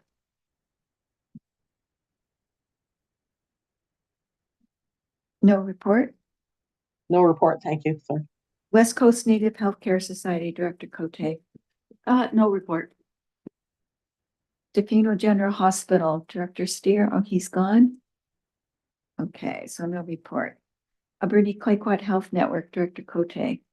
I don't really have a report. Maybe Director Siga, do you have a report at all? No, other than clarification of who is going to be representing ACRD at the June 22nd meeting. Thank you. Yeah, Daniel. I think at this time, we're working with Marcy DeWitt and Director Veda. If you're available, then we'll coordinate briefing everyone. I was invited, however, it's my daughter's graduation, which is a rather important conflict. So I can follow up with you, but Marcy DeWitt is also available. Okay. West Coast General Hospital, and I finally have a report, and it's so good because I've been so busy and I have to rush through it. On April 12th, Chair Jack and I, along with representatives from the District of Fino, the District of Aculet, met with Island Health in Victoria. I talked about their very late request for funding during our budget process. I explained that the board was very supportive of their projects, the Aculet Primary Care Center and the Defeating Sobering Assessment Center, but the request came too late in the budgeting process. So I requested that Island Health come to the board and their funding request in the fall so we can incorporate it at the very beginning before we start the process. I also requested a long-term plan for projects so that we're more prepared and don't have these kind of surprises in the future. They said they may be able to give us a long-term plan, but it may not have exact costs associated with it. We talked about the negotiation of the 40% rate. Right now we cover 40% of the costs, and the province covers 60%. In-house said they're willing to look at a lower rate for a valid reason, but then we have to realize that something else will have to be cut from their budget. We talked about the housing and childcare components of the sobering assessment site, and they said housing and childcare are the 2 primary things that a community needs in order to attract medical personnel. The rationale for having housing and childcare spaces attached, and that is the rationale for having it attached to the sobering assessment center. However, we were told a couple of weeks that Island Health is now having conversations with Tofino Housing Corp. So my hope is that Tofino Housing Corp will partner with BC Bills to cover that cost for the housing.